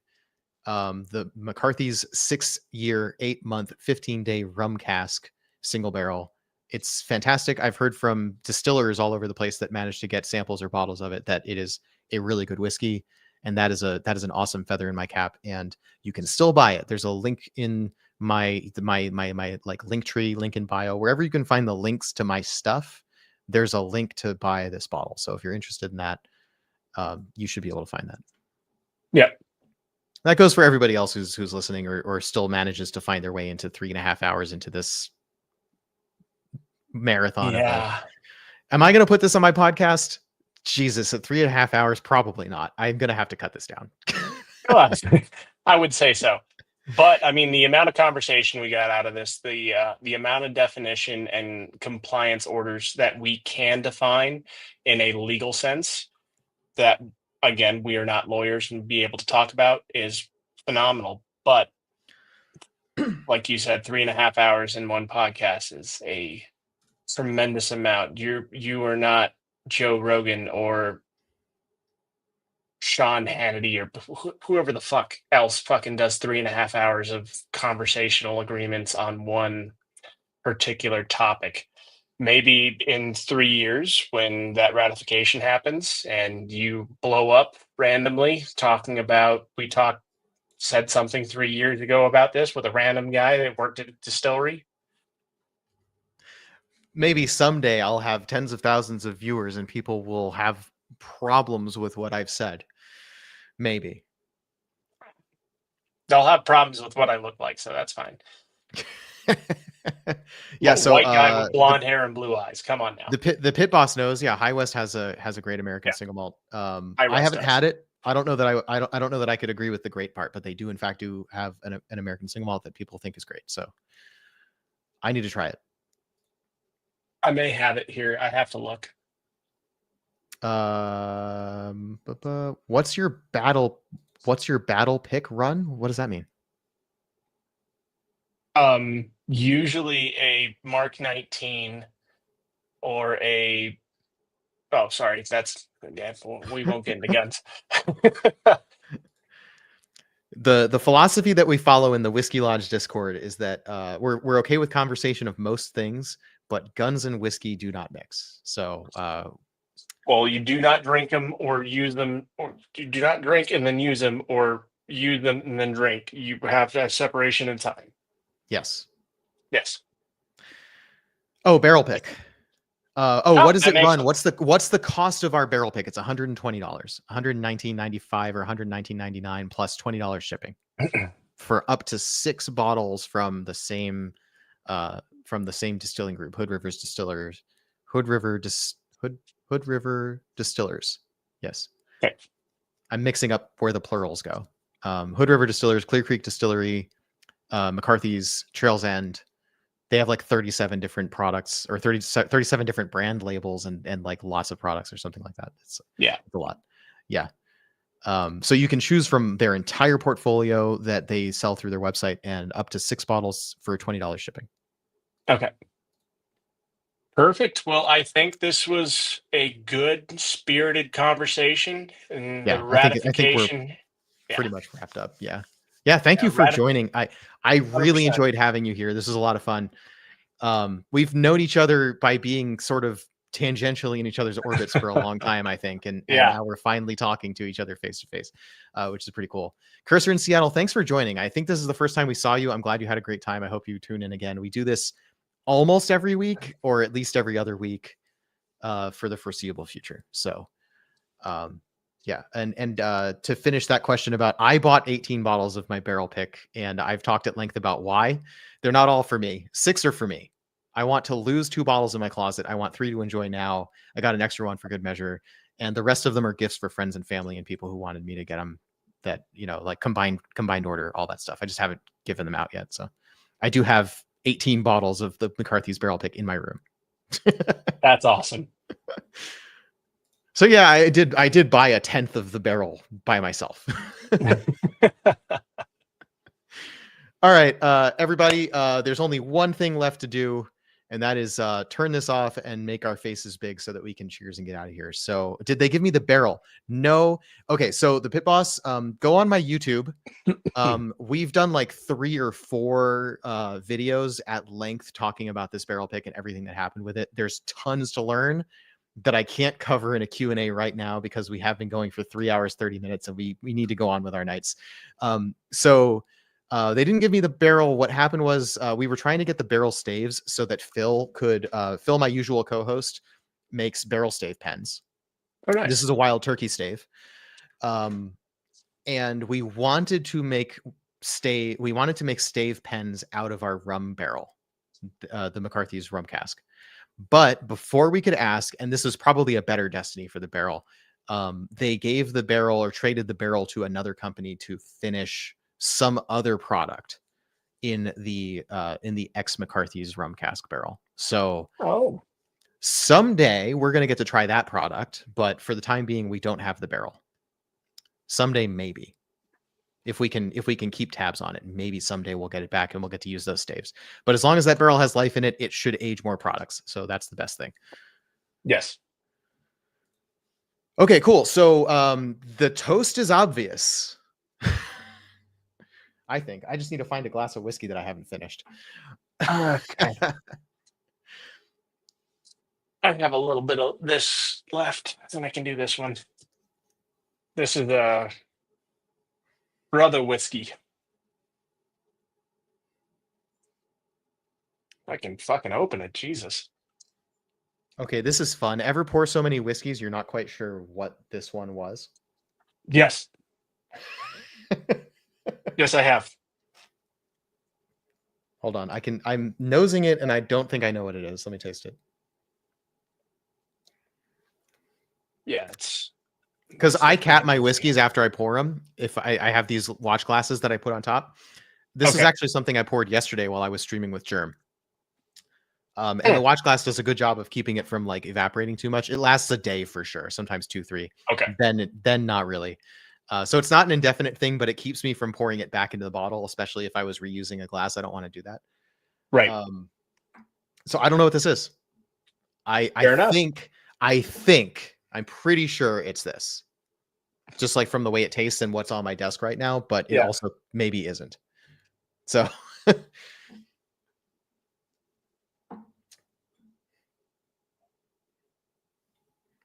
okay, this I for sure know. This is a weird thing to toast to though, because this is like a weird, the Mountain Meadow is an odd category because it's hopped. It's a hopped wash. But This was my most interesting whiskey of the year last year. And since we're looking back at the end of the year, that feels appropriate. So let's do Perfect. this one. So, Brian, cheers to American single malt whiskey. Absolutely. And until next time, and I do hope there's a next time. And also Yeah. for everyone who's still watching, which is basically nobody at this point. Until next time, we'll see you in the lodge. So, good night, everybody. Thanks for watching. Night. Cheers.